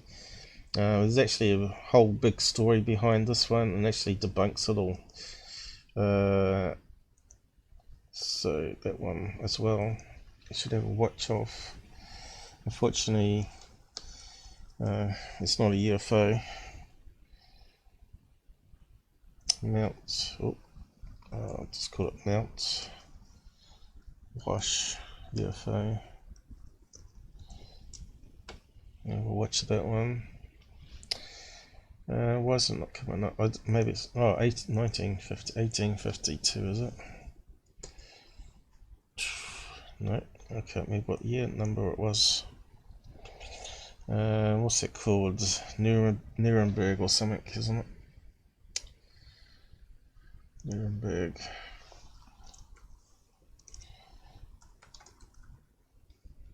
Which one is that? I suppose you got to put a star on the end, have you? Bold cards. No. 1561, it's got it there. 1561. Here we go.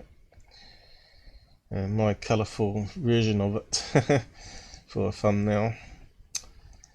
So yeah, unfortunately that one's, in my opinion, is fully debunked. UFO debunked.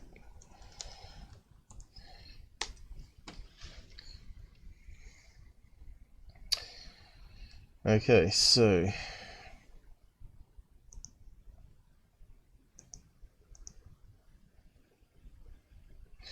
I started this live a wee bit early because I thought Robert was going to come on in UK, and because it was going to be too late for him. So we're going to reschedule his presentation. He got drunk and he's got mates covered over, and I thought you were going to do your presentation. I was going to do the back seat.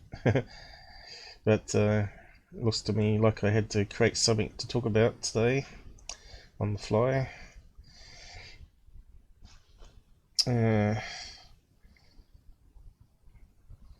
Windmill one. That one was debunked though, wasn't it? The windmill one. I can't remember what it was debunked as. Wasn't it? I know the one you're talking about. It could have been like a meteorite or something come down and hit the windmill.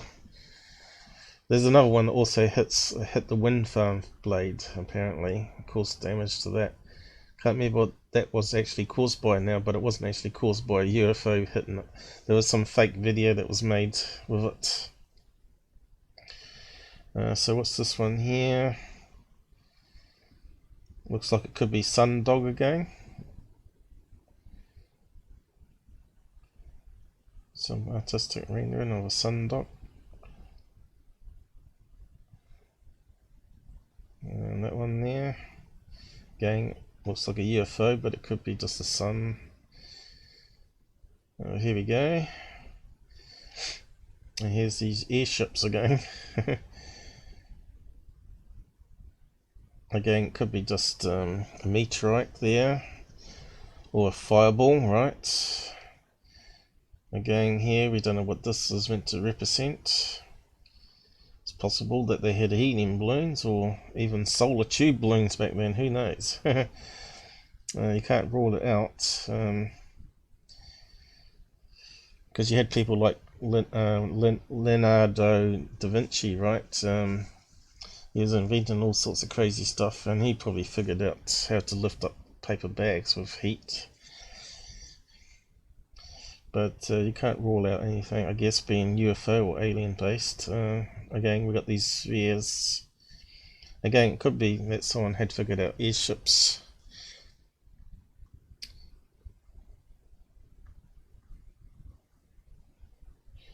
And as you know, airships are really hard to get to land. So once they go up, you're either going to let out the gas slowly to come back down, so it gets heavier.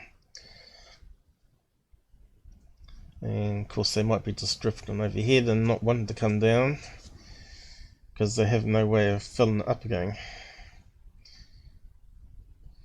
But you might say, why did the Egyptian airship one, why would they take the risk of letting out all the gas when they went into Amazon? But you heard about tales of them throwing rope down for them to grab hold of rope and just anchor it, right? And then they could just throw down a rope ladder and climb down. But if you heard stories about being ships underneath, you know, look like floating ships. Well, it makes sense that if you're gonna build an airship, you're gonna use a ship underneath in case, because most of the planet is ocean, right? So if the balloon or airship had problem with gas leak, so this is going to come down into the ocean, where you can start canoeing and using other means to get to an island to do repairs or whatever. So, but they may have figured out, if they figured out how to do helium produce and stuff in a big pyramid, they may have figured out a way to make some using portable means or batteries, or the battery that they used to have, which they claim anyway, the Baghdad battery, and they could easily create enough hydrogen to fill any losses and stuff like that, or holes in the balloon. But yeah, that kind of makes more sense, and that might be why they built the pyramids, right? As machines. They may have built one as a machine, where the other ones were actually built as tombs around it, or some other means, other structures maybe. So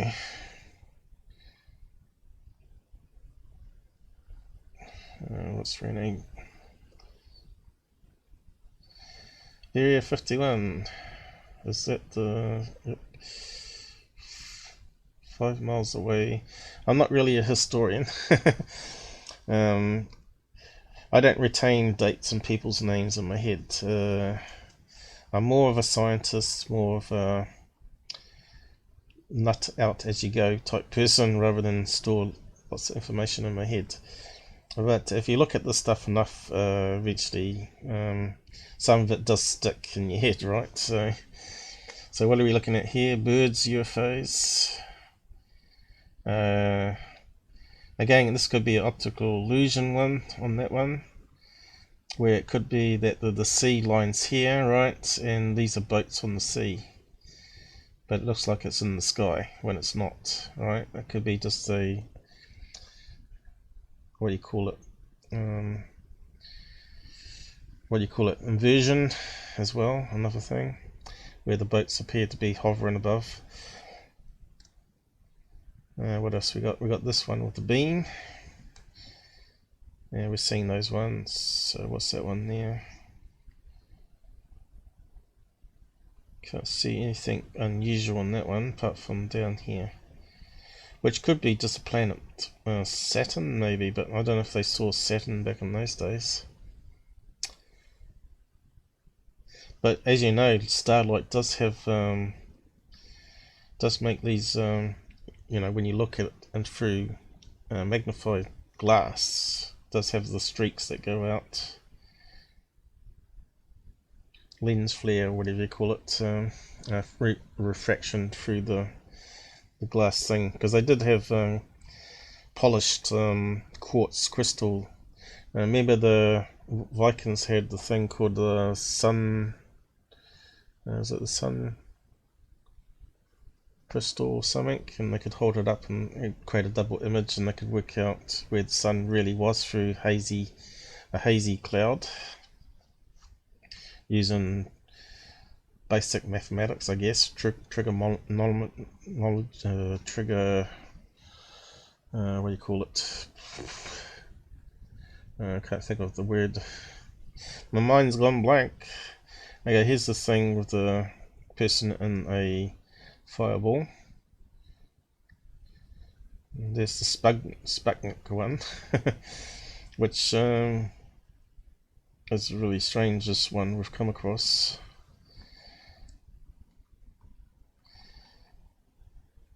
And this one here could just be a sun. We've got a little UFO in the background again, which just might be just the sun coming above the horizon, right, to half a moon. So who knows about that one? That one could be the sun again. And what have we got here? Now that one I talked about before, and I've talked about Amanas from India. That it was actually a fictitious story that was invented in 1900 by someone. Someone faked the scripts, and it sort of took off. I covered that one too in a live. What doesn't it scroll properly? Man. Is that how you spell it? Man. I can't even remember how you spell it now. Amana.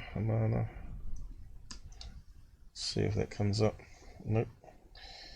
Does it actually spell it here? Vermanas, not Amanas.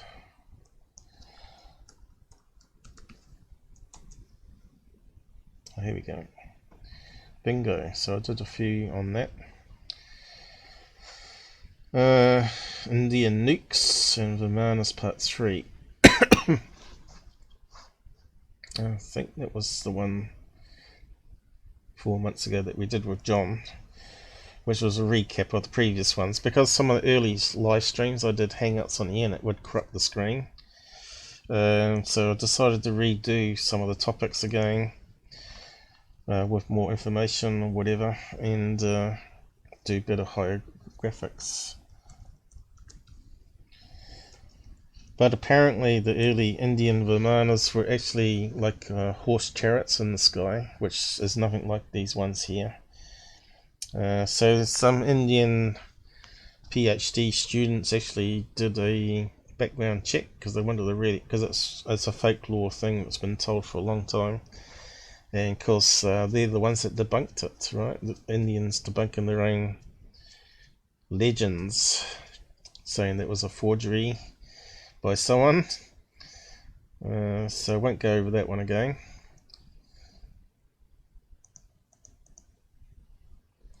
So it wasn't thousands of years old. Ancient aliens will always blab on about that one. So here's these guys with the small heads and the big eyes. And that's it.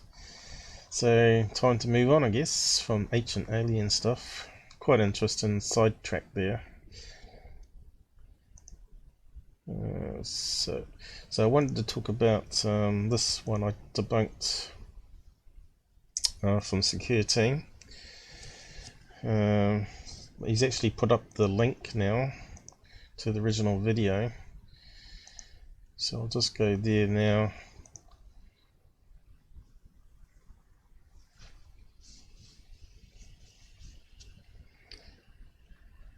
He's probably put up something new, has he? Oh no.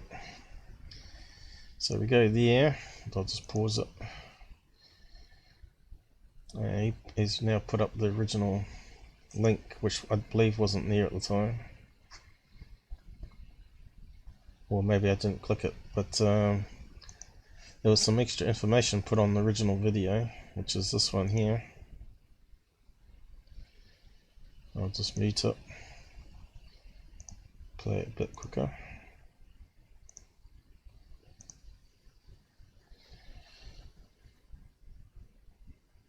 He's obviously promoting his planes, their quality. So he gave us a lot of information here on the flight number, which security teams seem to omit, and the serial registration number, and I was able to plug it into flight radar to see whereabouts it was and see if there was anything unusual in the sky. And I didn't. You notice I've made some comments here, but they've been ghosted. So if you go and load it in yourself, I'll just post the link there. So this is the Swiss, turns out to be Swiss, what is the plane? Austrian Alps. Mostly Austrian, but they do connect to the same areas, right? It's the same mountain range. Alps UFO, and that's the one I pointed out was actually just optical illusion, like a hole in the cloud cover, which of course if you look at the Alps, Austrian Alps, they're very much like the Swiss ones. Austrian. Apparently, some of my family tree come from Austria. A mix of UK and Austrian. And I believe there might be even some Pakistani blood in their family tree line going a wee back, a few hundred years. Although I don't look anything like Indian or Pakistani, although Dad's brother does, which is quite unusual. But that's DNA for you, right? Australian Alps.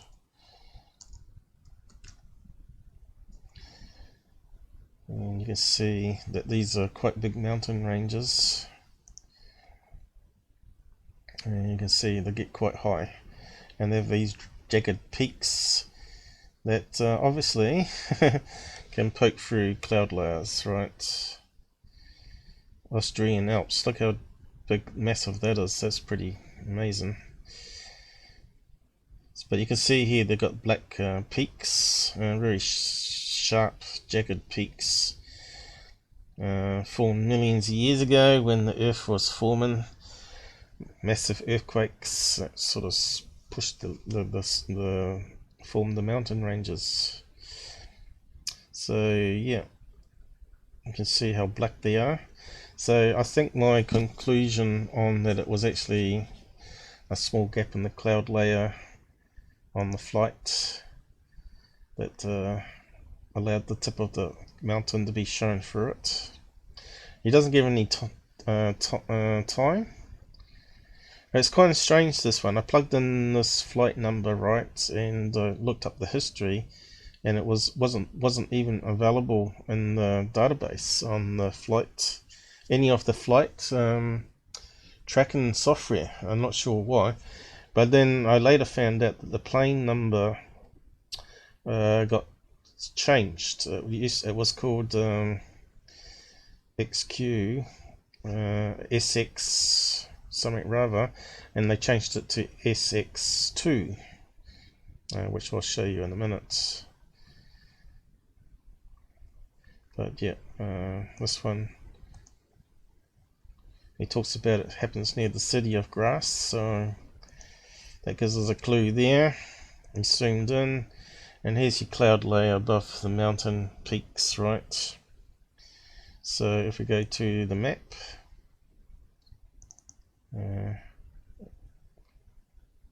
I've got the details here, and that's the plane he was on, and the serial numbers that he mentioned in the description. It was at 33,000 feet, And here's the mountain range that he was over, heading on to grass. So that's the actual plane flight path through here, right over this rocky region here. So you can see here that's without any other planes on the map, and I did another one as well with all the other planes that are around at the time, and you can see it's quite busy at the time that he was flying.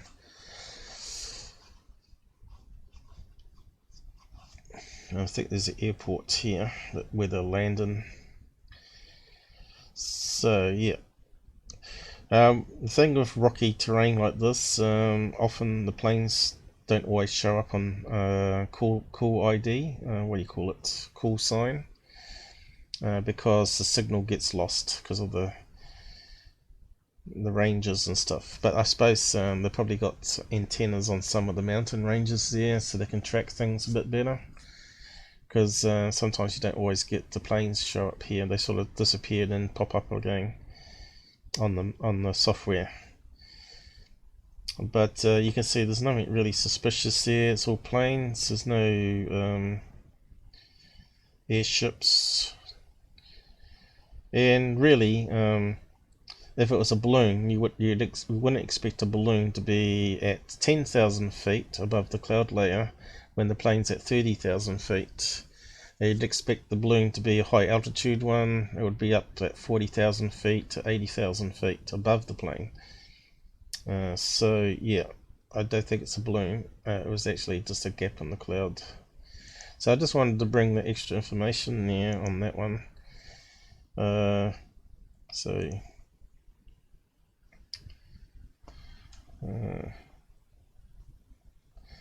It's Sunday here. Yep. New Zealand's always the first to see the new days in. Stunning country, yep. There's a lot of interesting places in the world.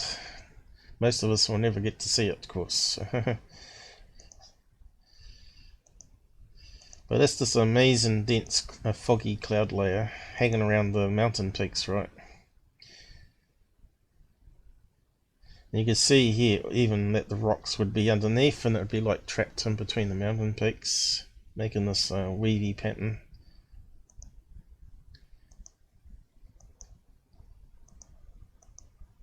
So he thought it was a hot air balloon, but no.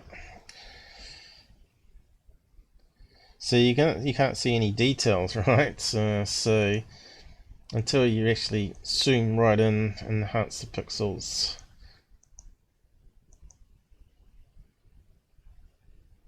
And it looks to me like the clouds have moved there, right? Because I can't see it anymore. Which means the gap in the cloud has changed, right? So, but security team didn't make that very obvious though, did he? On purpose, because he wants you to think it's a UFO. Definitely it's changed there. That's why you always need to look at the original videos. I think I can't even zoom right into it. Can you see it, guys? No. It disappeared. It's because the clouds, because the gap in the cloud changed. I'll just zoom right into that again.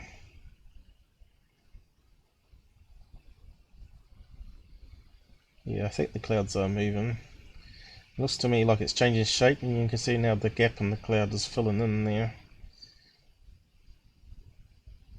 It's going to gradually disappear. Black tip of a mountain. Wonder if there's any others on the video that we can see. Not really. Pretty dense cloud there. I think that one's debunked. But anyway, you can go and watch the original one now. Now we've got the information. But yeah, you can see here in this one here how the ripples in the cloud will form the mountain range was sort of like create the pattern above.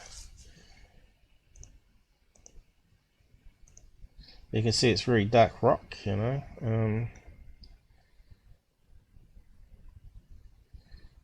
Someone said it was the Google loon balloon, because they said it showed up on the map, but I tried to find that and couldn't verify that. But if it's a loon balloon, I think it would be higher than 10,000 feet. I'll just find out. Google loon balloon. I'd say if it was on the map, it would be above the plane. It would be at 80,000 feet or something. Wasn't it meant to replace satellites for internet transmission? So you wouldn't want it too close to the mountain peaks there, would you? Global altitude. It's like a high altitude balloon. Altitude.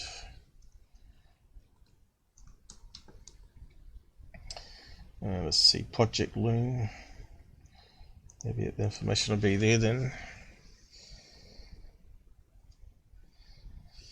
The company uses balloons below stratosphere altitude of about 18 kilometers, 11 miles.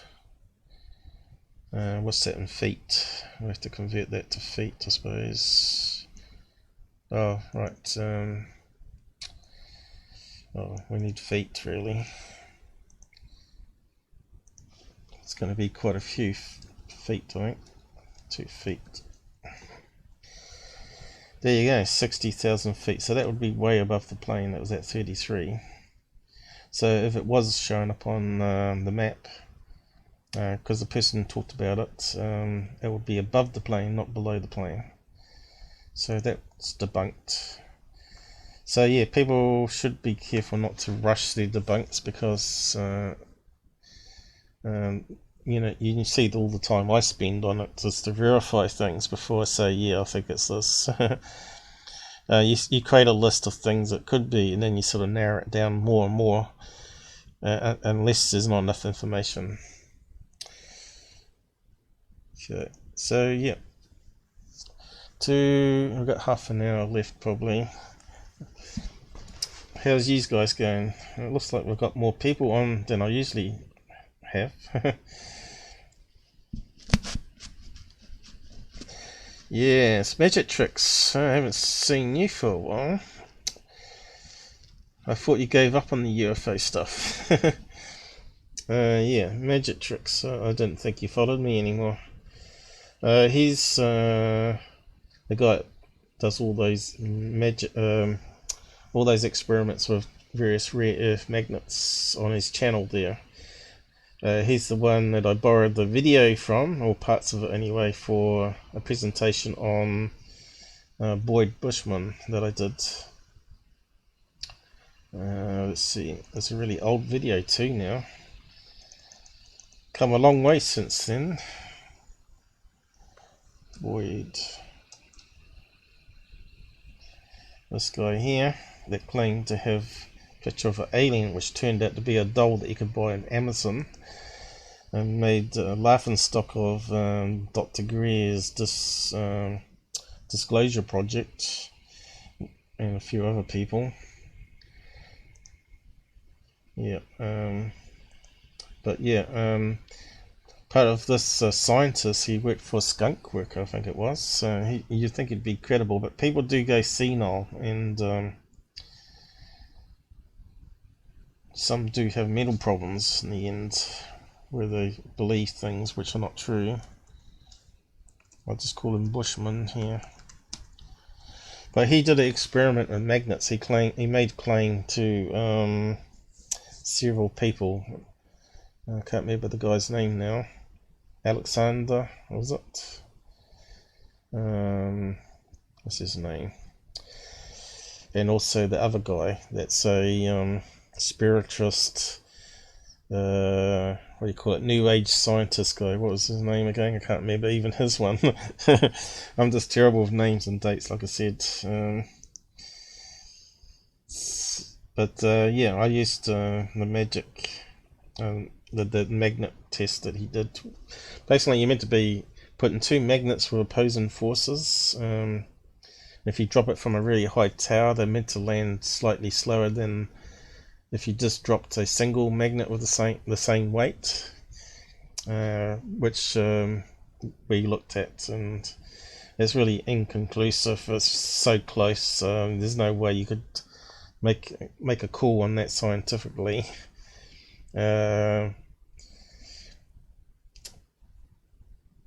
Problem is, you got also wind problem. Wind.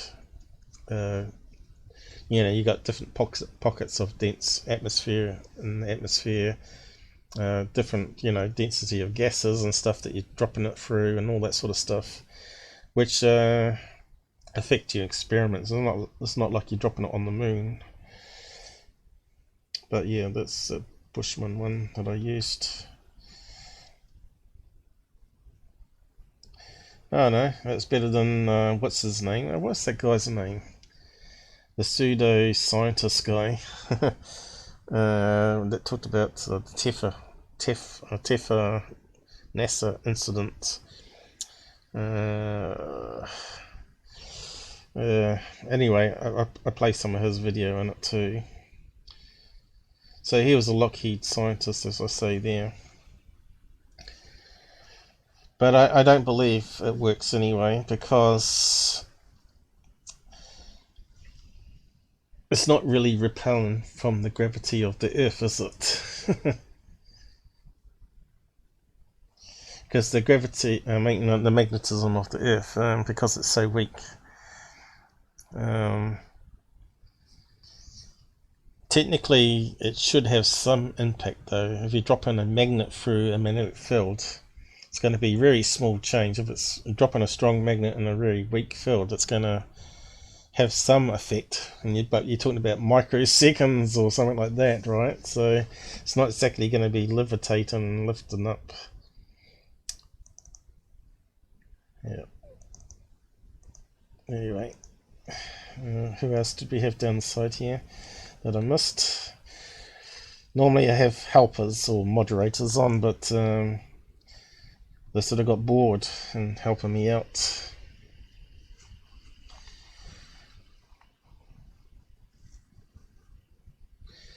Well, because I know it's rubbish, probably. Well, they haven't repeated it.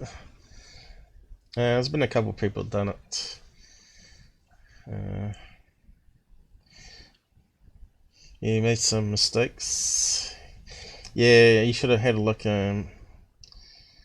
like a device to drop it, was it? So you dropping it by hand, weren't you?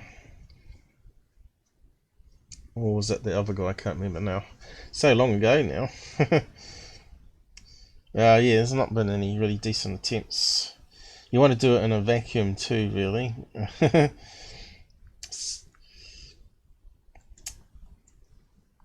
How do I scroll this thing up? Whoosh, BS, yep. Alright, you said... it doesn't matter, everybody's busy doing their own thing. You can see, what can you see? Definitely see something. Yeah, there's a black dot, which is just a hole in the cloud of the black mountain peaks, but I won't go over that again. So yeah, so what do we got on MUFON that we can look at? This one here.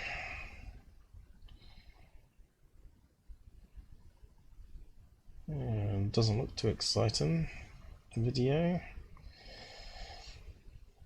Cigar shaped, white, bright white in color, and then erupt fast change in direction. Okay, we've got to see this one, aren't we? So probably gonna have to download it.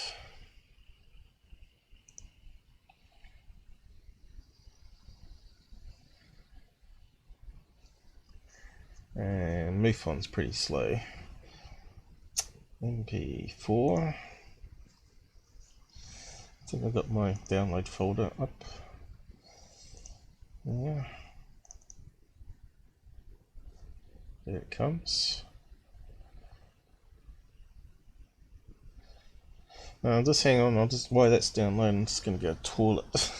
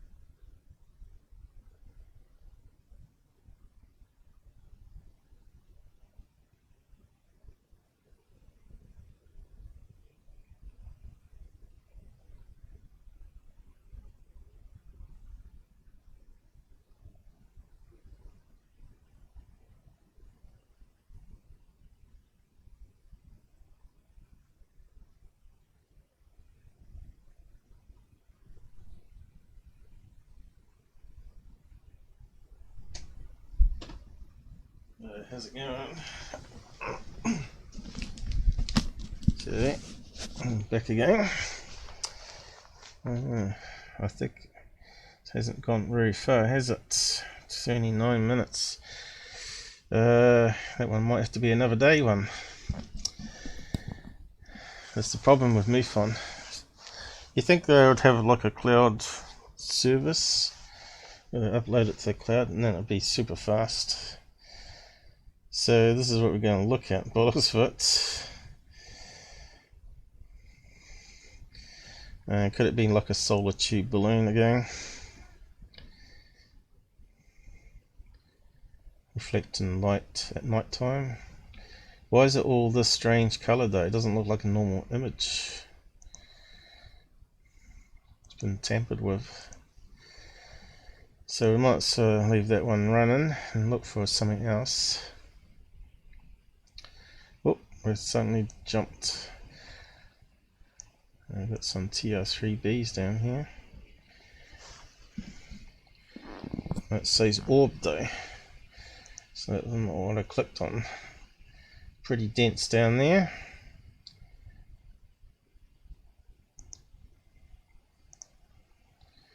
As usual.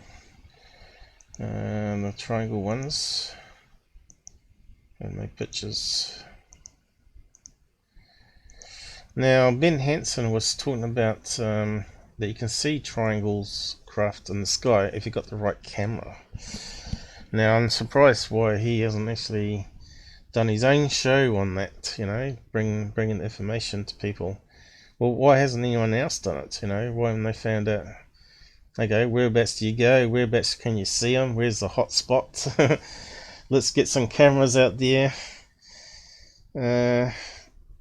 I can't do that. I'm in New Zealand, so someone in America should be able to do that. Okay, let's open up that one.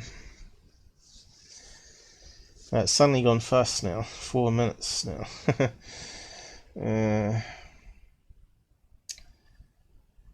Okay, someone's aiming the camera at the sun, and what do you get when you aim the camera at the sun? You get camera artifacts. So what they're saying here, I have a photo, it was very, very far away and very large, almost like the moon. You can see scale. There is an airplane in the lower right hand corner. Okay, so let's have a look at the lens flare. There we go. And it'll be one of these ones that's got the little white dots inside it, called the FDR sensor, which we've covered many times before. So we'll just save that one.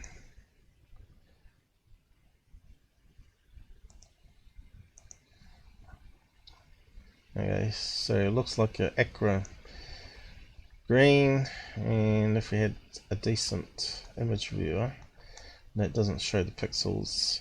Sometimes they have little white dots in them. So that's caused by the sun, aiming at the sun. So where's this plane he's talking about?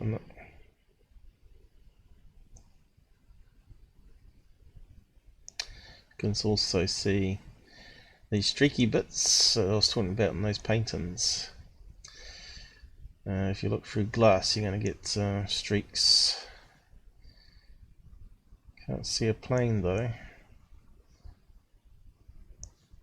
Instead, the right hand.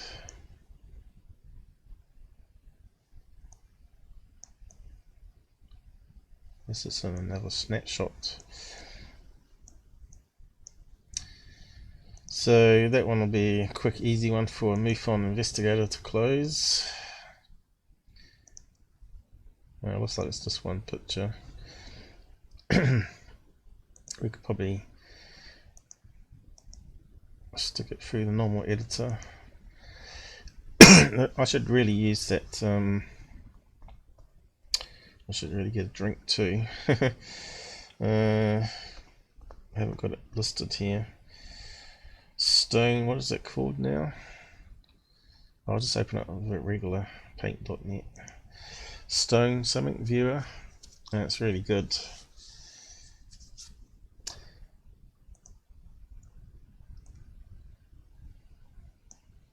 May even be some new updates for it by now too.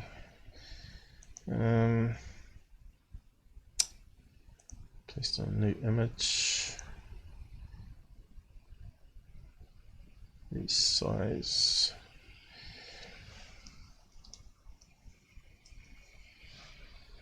This one hasn't got the white dots on it, but looks what.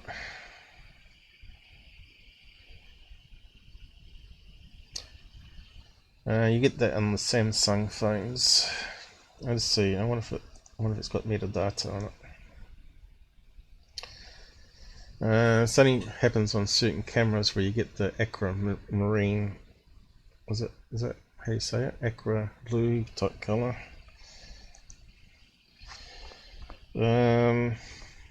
Except if don't know. So this is how you can check to see whether an image has been tampered with.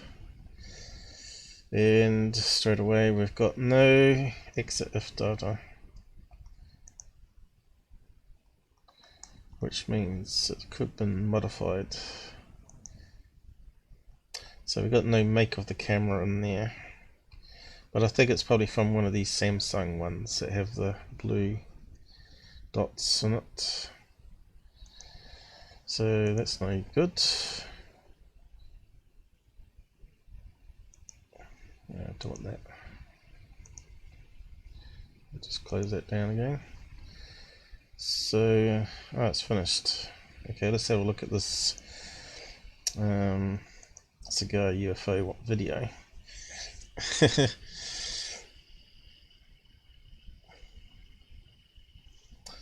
Much love from Finland to New Zealand. Okay, thanks mate. I suppose you went on your way, did you? Are you still there?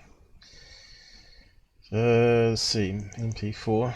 It's probably going to go on the wrong screen. Yes. Hang on, let me get it across. Actually, it kind of looks like a plane. Oh, come on this way. Can we get it bigger? Okay. See how it was moving funny? Is there a reflection on a window again?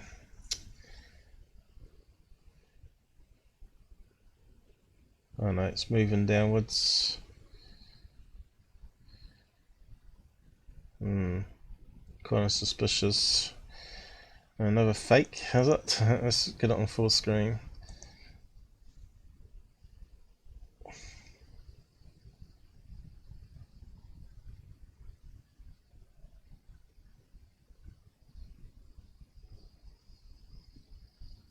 Did I see a blinking light then, like a plane? Yeah, what's happening there? See that? As soon as you move the camera, it went this way.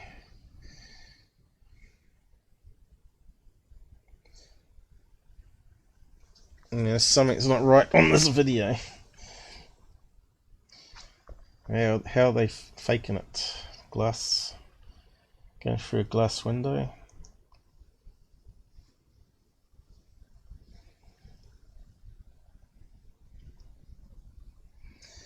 Isn't it disappointing that people fake stuff? Now it goes crazy about this point here.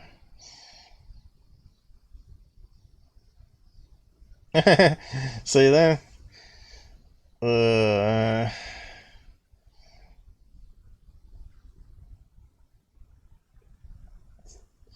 So how did they fake it, guys? It looked promising there for the start. Then they took it too far, right? I wonder if I can get the swing thing to work. So it zoomed in there. And they panned back out. I reckon it might be a ceiling light. And it's reflecting off a glass door. So can we see any other reflections?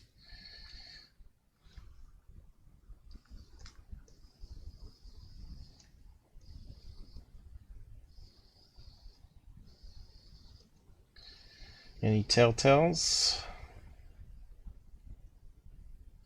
Notice it's out of focus.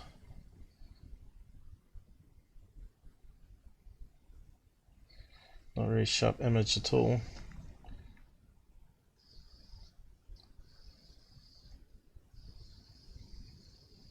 And they're changing the angle of the camera so then it moves on the glass, the reflection.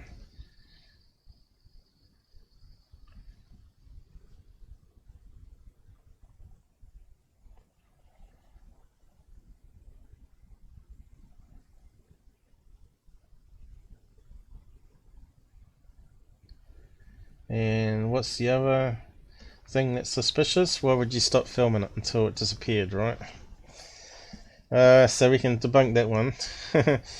It's amazing what rubbish people put up to try and fool MUFON people. Lens flare. No, that one's just like a kitchen light, I think, on the ceiling. So what the easiest way to fake stuff, really, if you think about it. So we keep looking. There may be something good out here somewhere.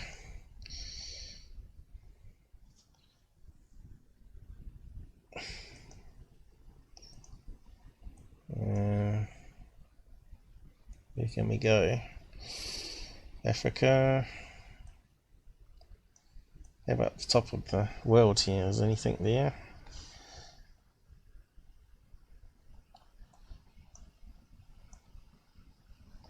Since there's going to be a Nazi UFO base there, you'd think we'd have a lot of activity coming up on the map.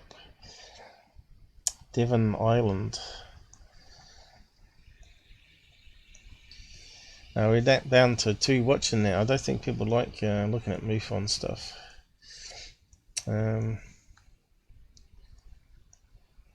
there doesn't seem to be anything popping up.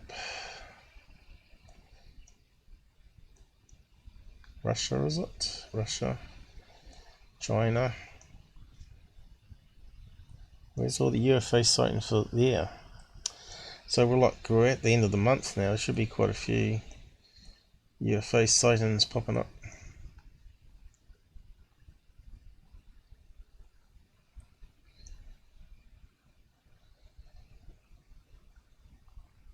Africa. Why is it not popping up with anything? Something crazy going on.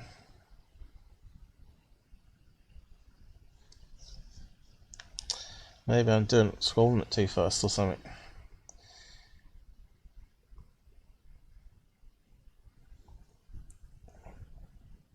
Let's reload it just in case.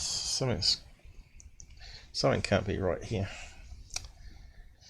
We're always going back to that one. Now it disappears. So go through that level. Okay, that's looking a bit better. I think they must have introduced a new bug in it, right? So we've got one up the top here. Looked like big black cock. Yeah, right. So that's probably one of those miter balloons. So yeah, there's nothing at the top of the world here.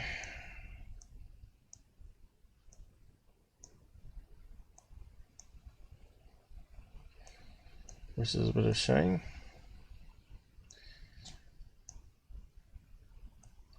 Or has it gone crazy again where we've lost the UFOs? There was a load here before. Where they disappeared to.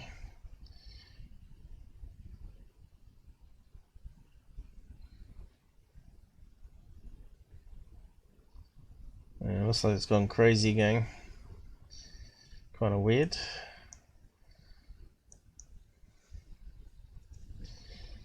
Let's zoom back in again. Okay, what do we got here? A picture. Strange circular craft. Okay, let's have a look.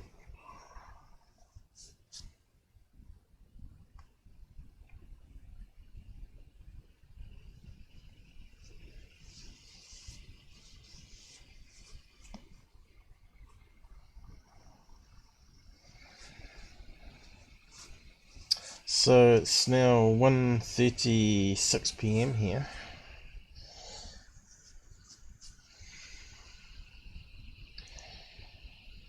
Okay, looks like we got some reflection happening there. Let's just save it. So is it being filmed through a car window?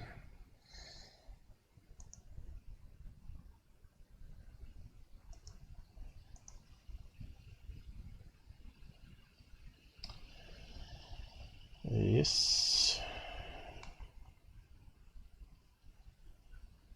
Okay, there's the sun. Okay, then that's obviously going to be camera artifact again, lens flare, alright. Nice good picture though, nice sharp detail on the trees there. Look at that, why can't we get a picture like that with a UFO just hovering in the trees? That would be really cool. Look at that quality of that picture there. But obviously we're getting some lens flare happening here. Because it's obviously going through also a window, I think, of a car or something. What was the explanation on this one?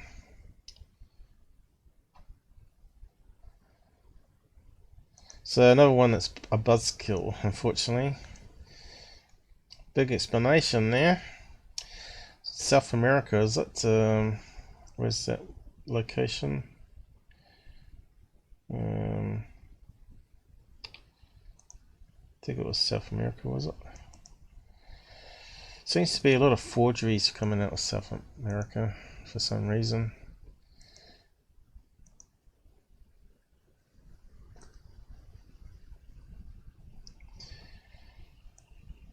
Oh, what's going on here?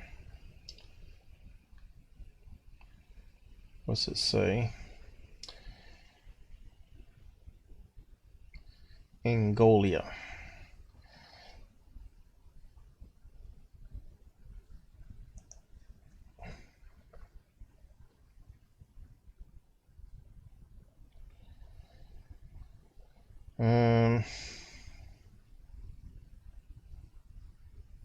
Well, there's the palm trees at least.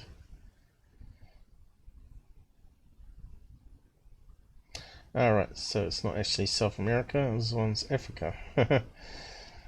Some tourist probably. So what did they say anyway?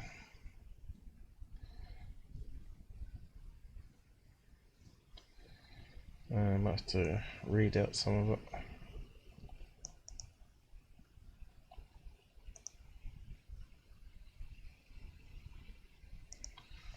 I live in Angola, Luanda. I'm 35 years old, and I would like you to take a look in some photos I took last week. I went for a work to a place called Barra-do-Kwanza that stays in the border of Luanda, Angola's capital, and Bingo, another province. And this place is also the river mouth of Kwanza River, that is the biggest river of Angola. So, in one of the margins of the river is a place called Quisama Park, that is a natural reserve with a very rich flora and fauna. You can find there a lot of big wild animals like zebras.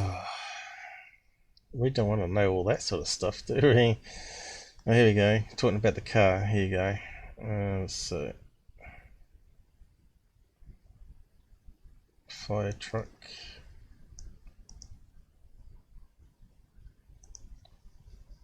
Prior fireplace and the truck got stuck in the mud. We have tried to take it out with no success. We decided to call another car to help, and after 1 hour he arrived. The second car got stuck too, trying to pull the other one from the mud. We have been there for. Oh yeah, so it sounds like a tourist that got stuck in some cars. So it looks like I was right that it's actually through a car window. There you go, guys. I'm not so silly. Okay, so here's the lens flare now below the tree line. And you can still see some reflections happening. Yes, so again, a bit of a bust there. Spirit orb. Yeah, we'll just have to keep looking. There's got to be something better out there to look at. South America. What's that one say? Okay. Don't know if they live there or a tourist or what. We'll have a look. St. James Parish. Okay. Again, another one where they're aiming the camera at the sun. And what have we got here?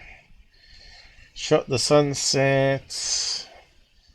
12 months later, when processing it, I noticed the object within the frame. Blah blah blah. Puzzled. It does look like an aircraft. Doesn't look like a craft or bird. No, but it's going to be a camera artifact, isn't it? We're supposed to be looking at that bit up there, so let's save it. Obviously we've got lens flare here.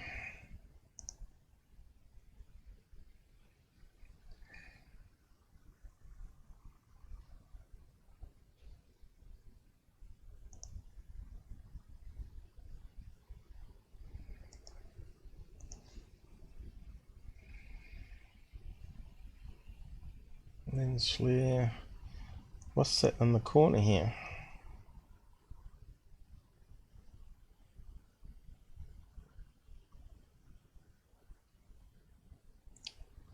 Person signed it. It's kind of weird. So it looks like a cloud, doesn't it? Just a cloud forming, a little whispery cloud. Nothing major there. And of course we've got the lens flare happening here.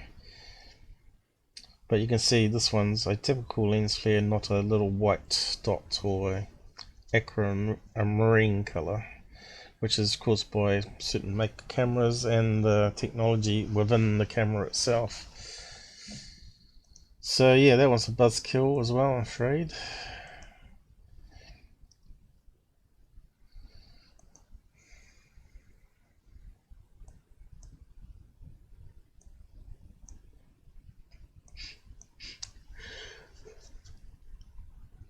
There's certainly lots of UFO reports anyway.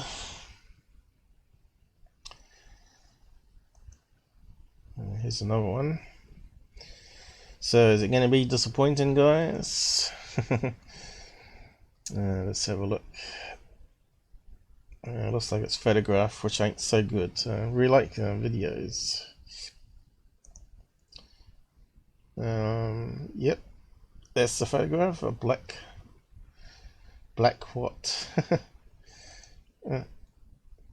Crazy. At first I think the mountain and fire called the firefighters, but nobody saw anything. I tried to take a picture, but my smartphone failed, but later I saw an image, poor quality, or you can say that again, but the colors are visible. The object disappeared in one blink. But if you've got a faulty camera, how can you trust anything it's capturing? Okay. I don't know what they're talking about here. Can't see anything in that one, it's just black. Same as that one.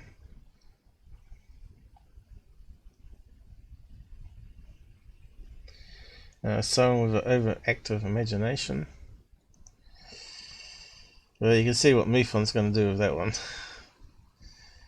Oh well, another disappointment. Keep on going. Or maybe I should wrap up now. Looks like people got disinterested in what I'm doing now. Here's another one. Dancing Light. Whereabouts is it? South America.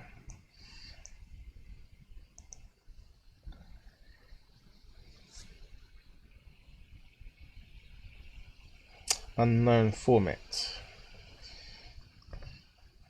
Disappointing. Oh, we got one image.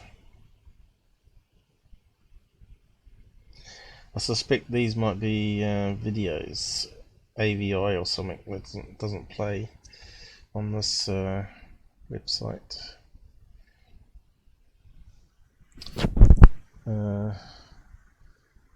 Is everything still working? Hello? Anybody out there? Haven't lost the audio or anything crazy? Sometimes they hit the connections. So what are we looking at, guys? Looks like it might be something in the night sky or evening sky.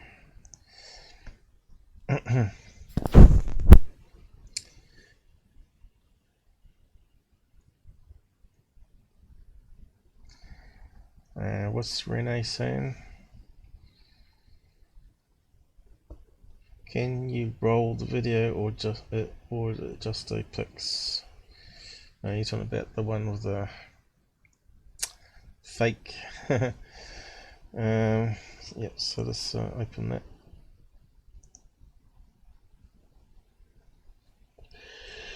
What are we looking at? A strange cloud, I think. It kind of looks like a cloud, doesn't it? And we obviously got motion blur because you can see the streaks of the stars. So it's not a very good picture, that one. It's moving sideways, so this is going to be moving sideways too. An overlaid cloud. So that one's a disappointment as well. Never ending. What did they say?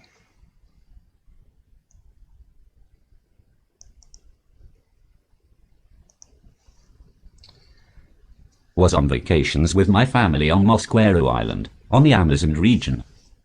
I was taking some pictures of the Vilacto and decided to move the camera to the other side when I noticed a dancing light on the sky. Observed from 10 p.m. to 1:45 a.m. and went to bed. I was tired.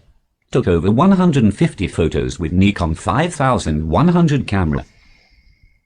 I don't see any dancing light. So what's this one here?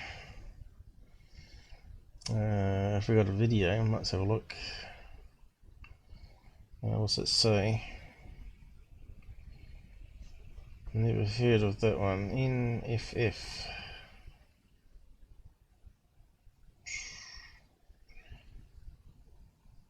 Let's see how big it is. What's the NFF? Never come across that format before.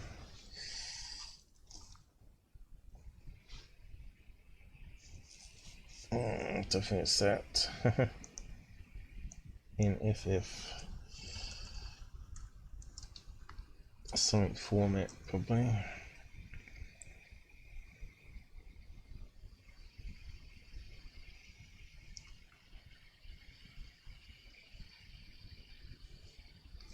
It could be a email attachment.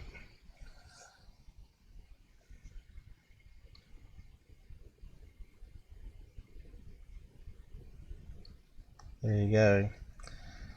Natural ASCII 2 file format. So it's not going to be a video, is it?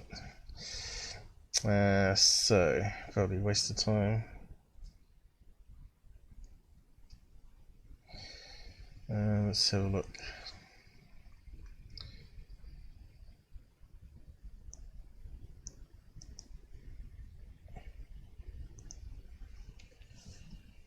Both RAW and JPEG formats. It was a diamond-shaped yellow light object over the cloud's limit. The 6 to 10 seconds expositions brought me the dancing path of the diamond-shaped object on the pictures. As I read before, it is similar object to Opera Paragraph Poundo Prato, famous Brazilian Air Force investigation from the 70s. I can put the raw pictures on a download link if necessary. Amazing. Thanks to MUFON. MUFON.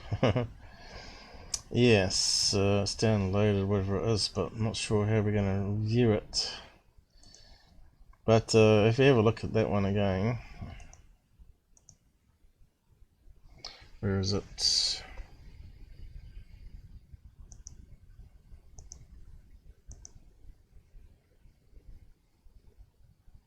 What was it? She's talking about diamond shape. I think she's talking about that there, or he is, which just looks like a cloud, tip of a cloud there. But don't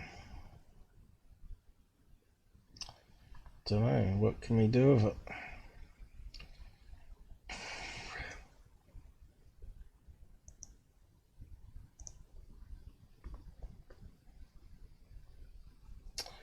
Could be a image format, is it?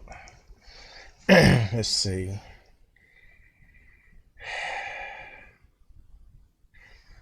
Open with paint.net. Snip and sketch. Seems to come up with that one. Don't know. Oh yeah. Don't know what that tool is, but it's part of Windows by the looks of it. Oh. So they're just really, really big images. And you can see that they got motion. Movement in it. Oh. Well, that's a waste of time, isn't it? How do we scroll on that one?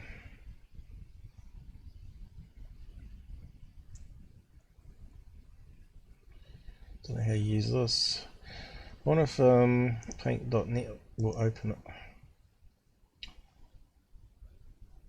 Open.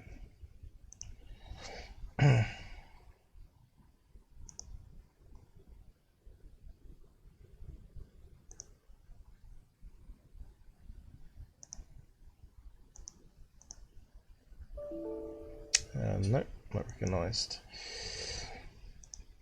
And what else can open it?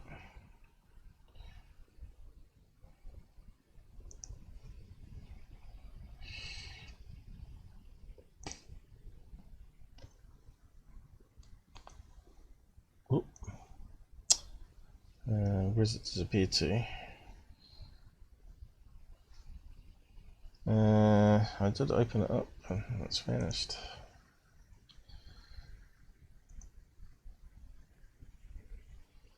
I think it might have crashed. Oh no, it's coming up now. Dark table. Oh, there we go. That one's a newer, more specialized format.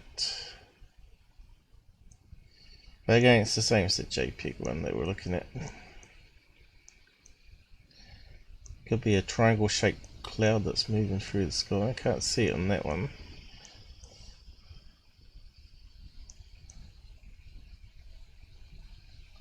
Why so much motion though? It's a really big file for nothing, isn't it? 20 megabytes each. That's just crazy for a photograph. I don't think it's worth it on that one. We'll just keep on looking. I think it's just a cloud that's moving.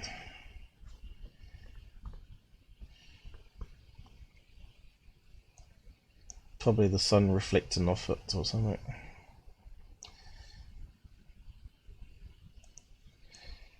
Middle East. Stargazing, okay.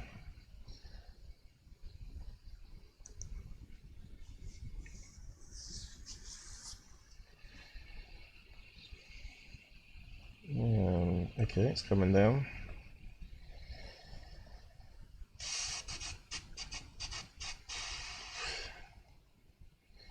Big long explanation here.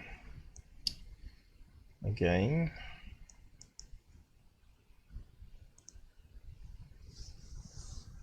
Me and 4 others that want to remain silent on this matter were deployed to a work site deep in the desert in Saudi Arabia, oil field work. I am a data acquisition systems specialist with a software development diploma and several Microsoft development certifications.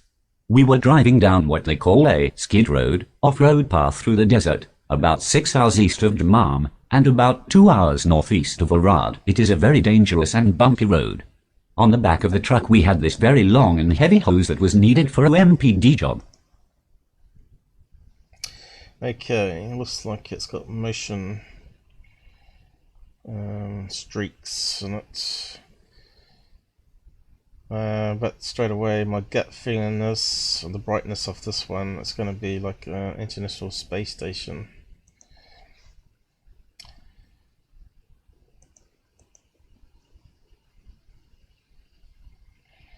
Are you still with me, Renee?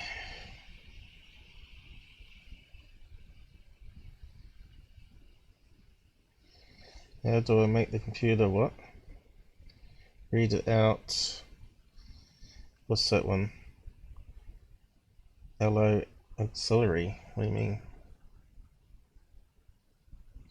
Alright, it's an add-on. Oh, you mean how do I get it to read it out so I don't have to? There's an add-on called extension Natural Reader, so you can go and search for plugins for Chrome or Brave. Brave is actually based on Chrome. So yeah, we've got other ones that read out and less voices, although they weren't working. Better close that down. Well, let's see, I might just try it. Got this other one here that's meant to be American voice. The Nigeria football. That one's not too bad, and you also got your basic one, which may not work anymore, which is like your The Nigeria football, which is your Stephen Hawkins one. So that's one we always drop back to if we really need to. But natural voices are a lot better. But they are just all add-ons you can add onto your browser, and it just adds it to the right click. Yeah, so we're going to look at this image.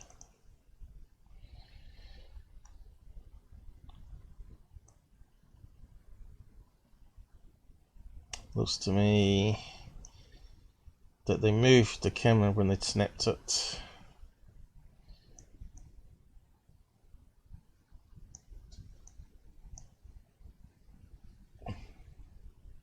Definitely some movement.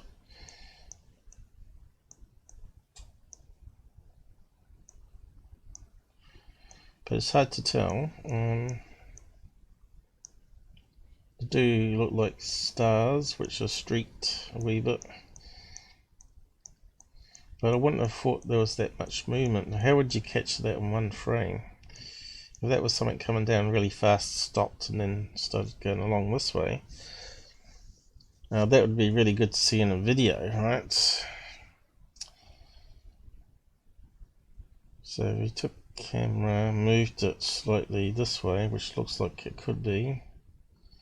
Snap, move. But we can't see the streaks of these ones because they're not bright enough. Still looks like it could be International Space Station, this one. Moved it upwards. So what did they talk about? Let's go back. Actually, you don't need that open anymore. Have we got some other pictures? No, just one. So we got down to, so you can read out the rest of that. We could try the American voice this time if you want, Renee.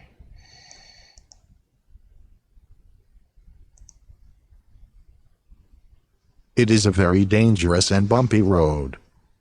On the back of the truck we had this very long and heavy hose that was needed for a MPD job, managed pressure drilling, tied down in the back of a pickup truck. We stopped to check on the hose. We shut off the truck and killed the lights. It was pitch black. Beautiful if you ask me. I looked up into the night sky and noticed I could see stars, very uncommon especially now. Usually there is enough sand in the atmosphere that stars aren't visible, only the moon. I first pulled out a camera we use for taking photos of possible job sites while we do evaluation surveys. Then I pulled out my phone to take some pictures of what I believe to be Orion's belt. And thought nothing of it. Note: I have not reviewed the pictures on the work camera as of yet. I do not have it in my possession but will have access to it on the 22nd of July. The hose was good. Then we began our journey.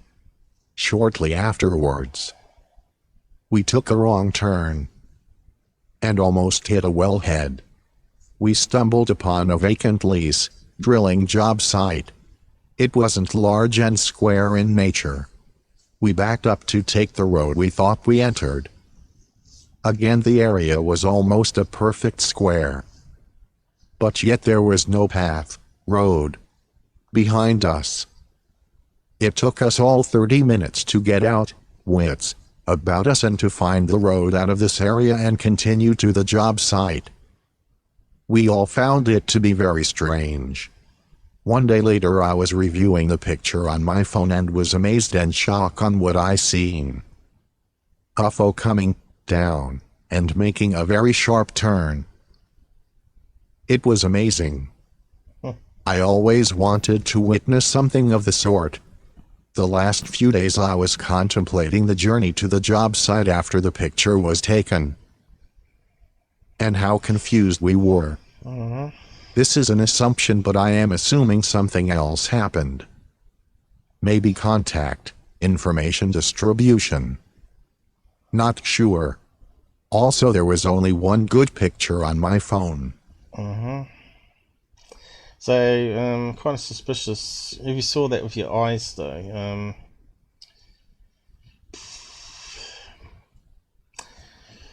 if you were looking through it and taking pictures of the stars as he's claiming, then you would have seen it at the time, wouldn't you?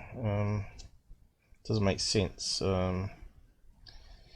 But you might be able to work out. Let's see. Might be able to work out whether the International Space Station was there at the time.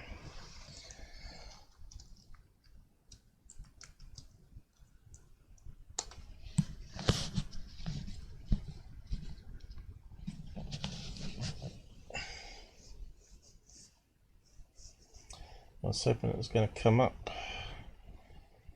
with the click link. Make it easy. Instead of using the other tool. This NASA.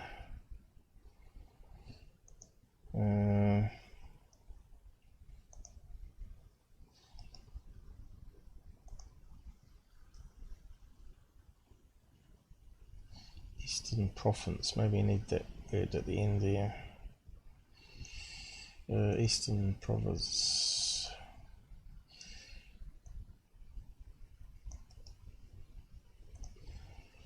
Must be a way to search it properly. What's going on?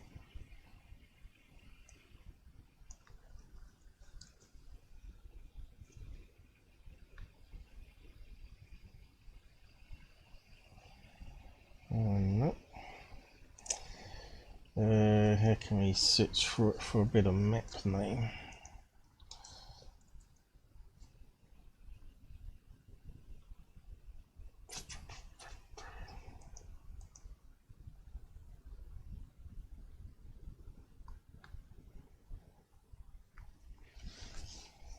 Oil.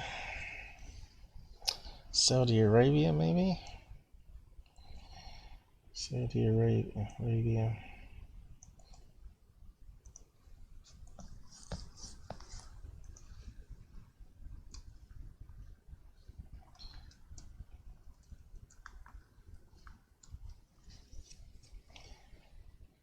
Here we go.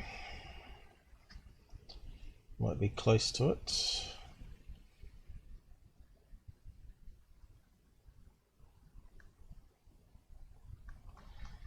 Let's have a look.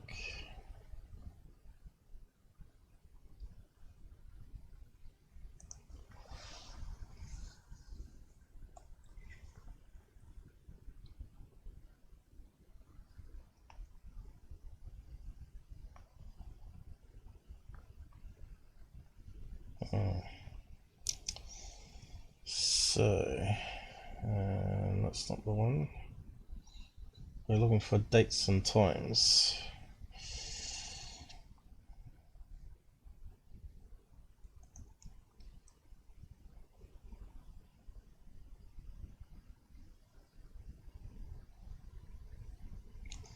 Went to International Space Station.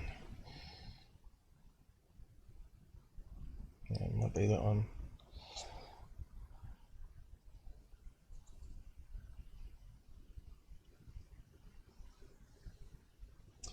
Here we go.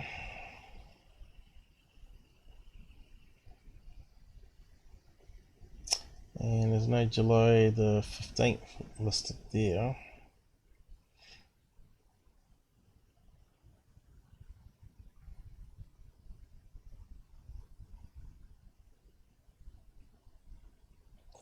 Mind you, it cuts off the date. It was 15th, wasn't it?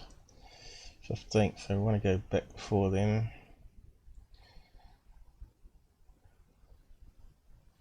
Also, I have to use the proper software.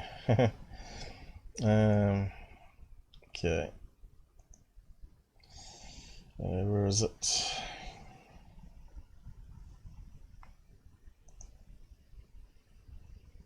Not that one.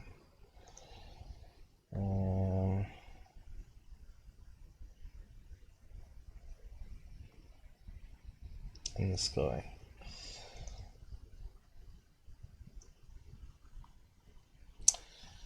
So that's the 15th.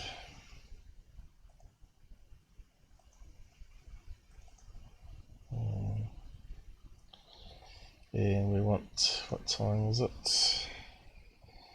7, 8 o'clock at night. What time was that day? We have to convert it to UTC. Is that UTC time?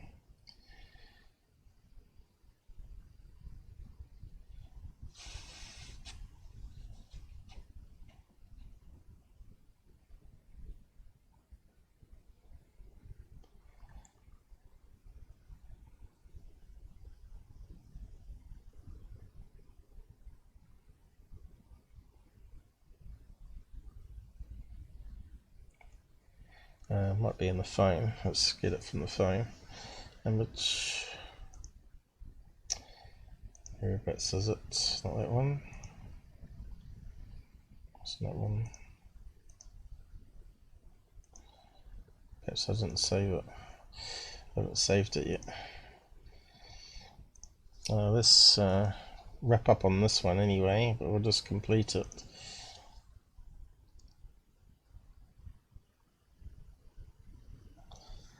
As I need to get some food and drink. I've not had anything to eat yet. It'll almost be dinner time. Okay. Let's see what it says.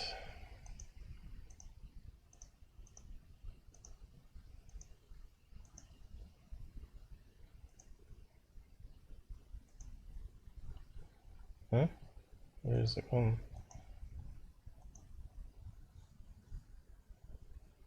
Was it that one? 15th.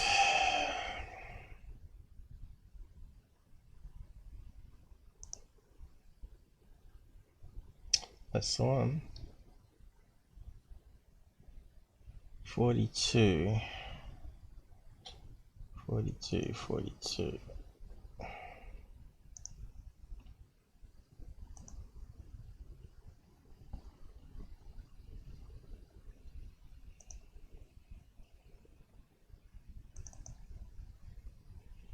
Looks like I did have it downloaded. I got another image of it then. So it is that one, 42. So it looks like it's a real one from a Samsung.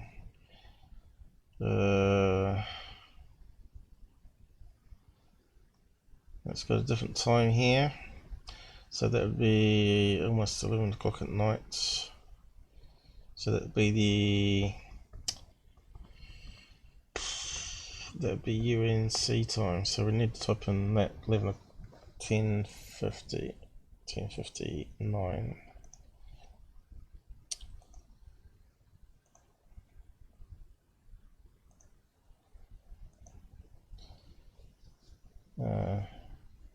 Was that 20-hour format or what? Original. A bit hard to tell, isn't it? It's got to be at night time though, so it's got to be 20. Let's see, 10.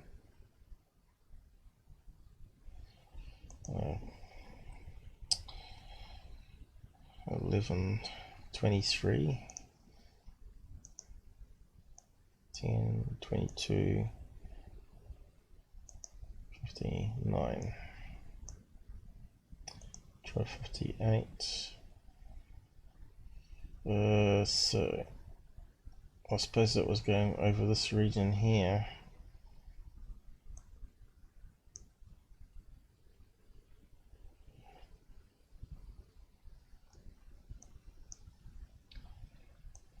Although I think I've got it set to the wrong location here.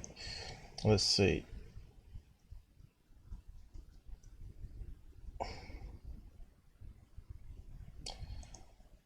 Change.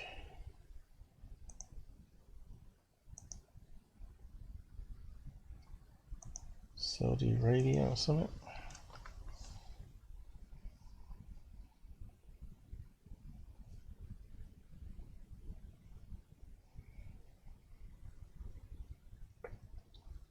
Why is it not coming up?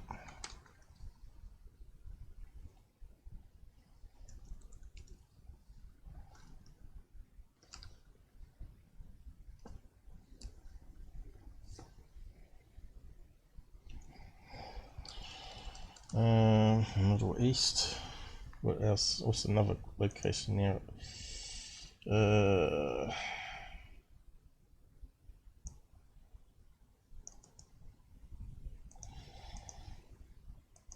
lots of things you have to get right. Nope, doesn't recognize that one. Well, we could do Africa or Iran.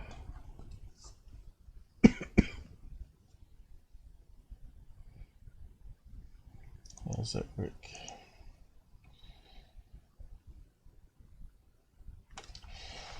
I suppose it's going to muck up everything again. That'd be next door to it. 15.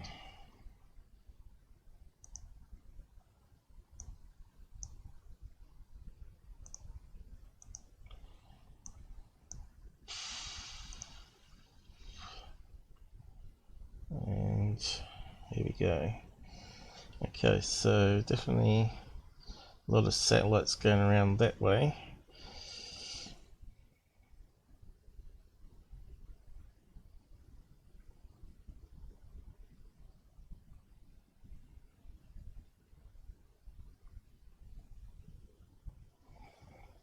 So it could have been a bright object from one of these satellites. But they were down here.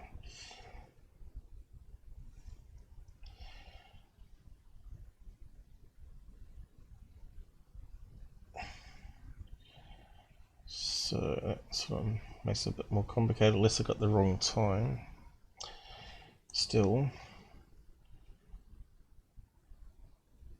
56 International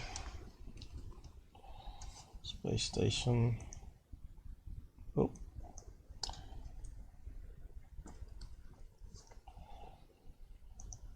So whereabouts is it on the map? Should be here. It's definitely heading towards Africa at the moment.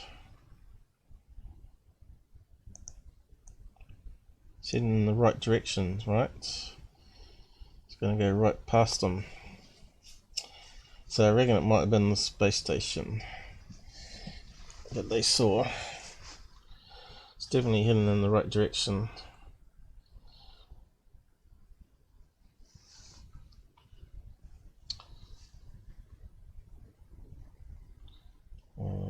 Can we speed it up?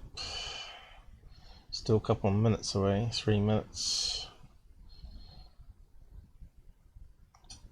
I think it'd be way up here by then. Here we go. Here we go. How do we speed it up?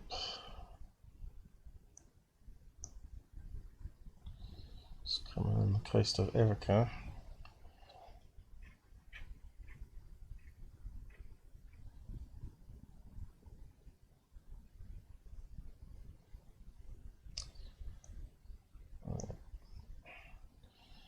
That messes up. Okay, how do we speed it up? Time. Well, let's put it closer. 15:09. So where is it now? And that mess. Has it gone past now? Probably over here by now.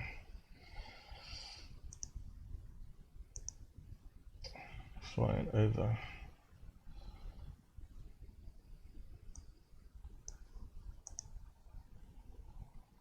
It's back around down here. That can't be right.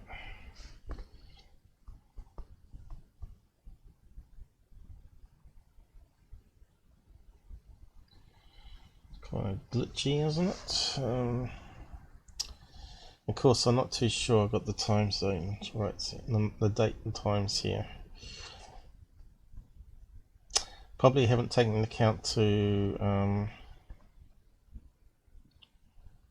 daylight savings, maybe.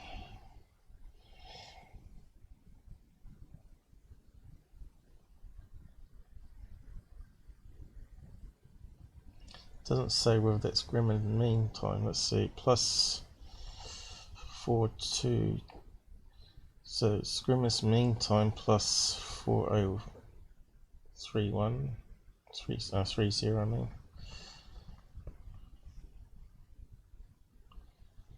So what was the timestamp again? 11 o'clock. So let's push it on a bit.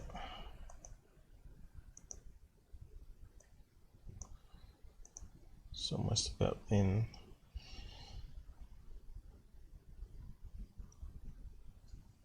Does it permanently change it or not?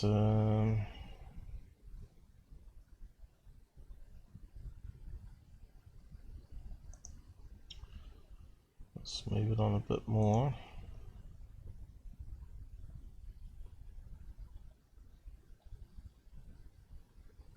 Eight minutes. This is now over Africa.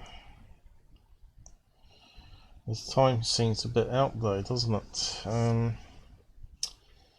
Unless I make a mistake.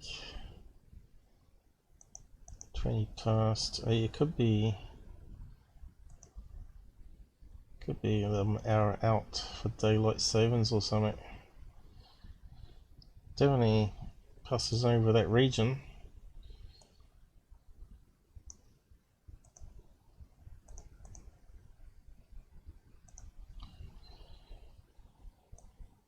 Where is it now?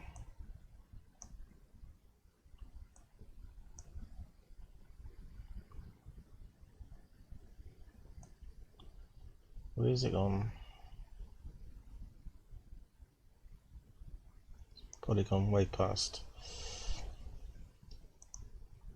Yeah, it's gone way past. So it can't be an hour out then.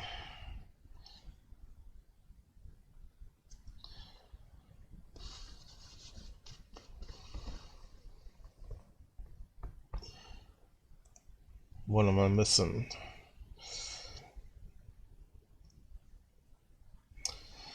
Creation date 1059. Should be 22:59. What time did he say in the thing?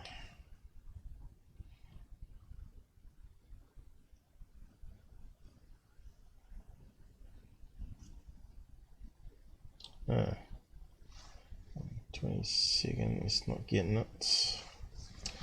6 hours. It doesn't say in the description. 30 minutes. And yet, why is the time different here? Cited at...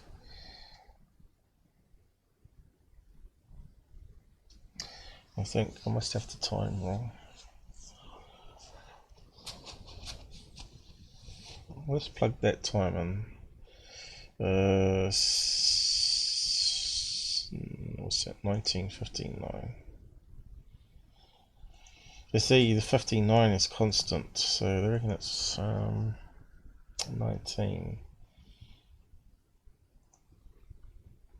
Okay, where's the space station there? So I reckon it's over Africa again. Oh, here we go. It's the other side. That makes more sense. It's closer to where they are. Here we come. If he was aiming the camera this way, he's going to catch the space station. So maybe that's the correct time then. Oh, yep, that makes more sense. Just shows how fast the space station comes around. It was going over this way in another, what is it, 4 hours time. It gradually goes there, then there, and then there. So you see it 4 times. I think that's correct though. I think it's definitely the space station that they got. It's very bright. So I think we might leave it there for today. And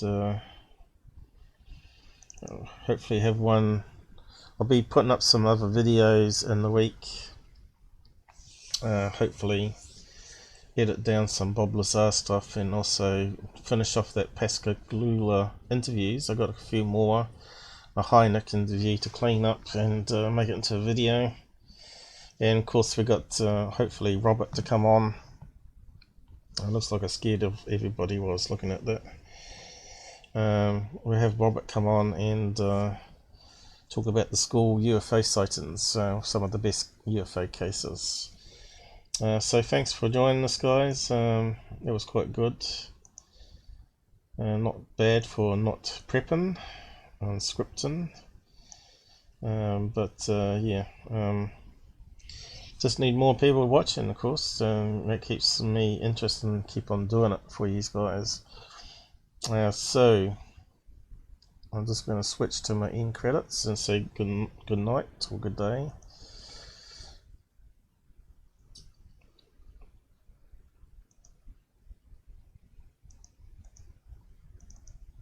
And hopefully it comes out encoded alright. And the volume's alright.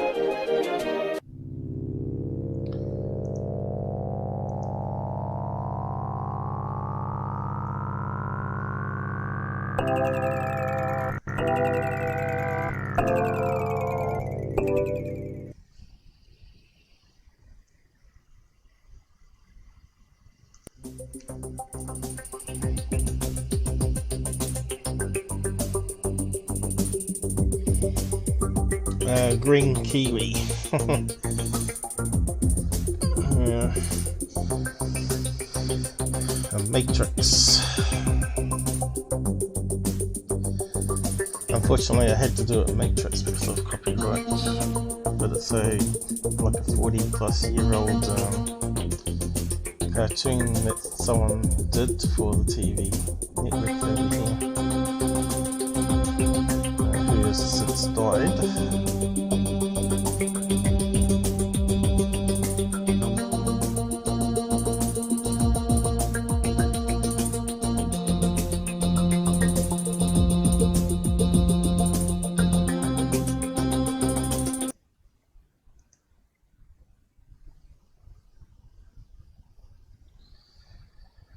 So he's going up to the satellite dish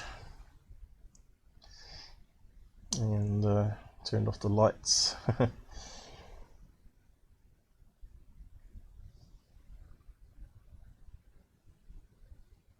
And the cat jumps on top of the bed there.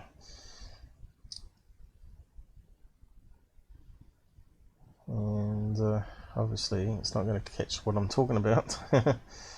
But that's normally where it ends.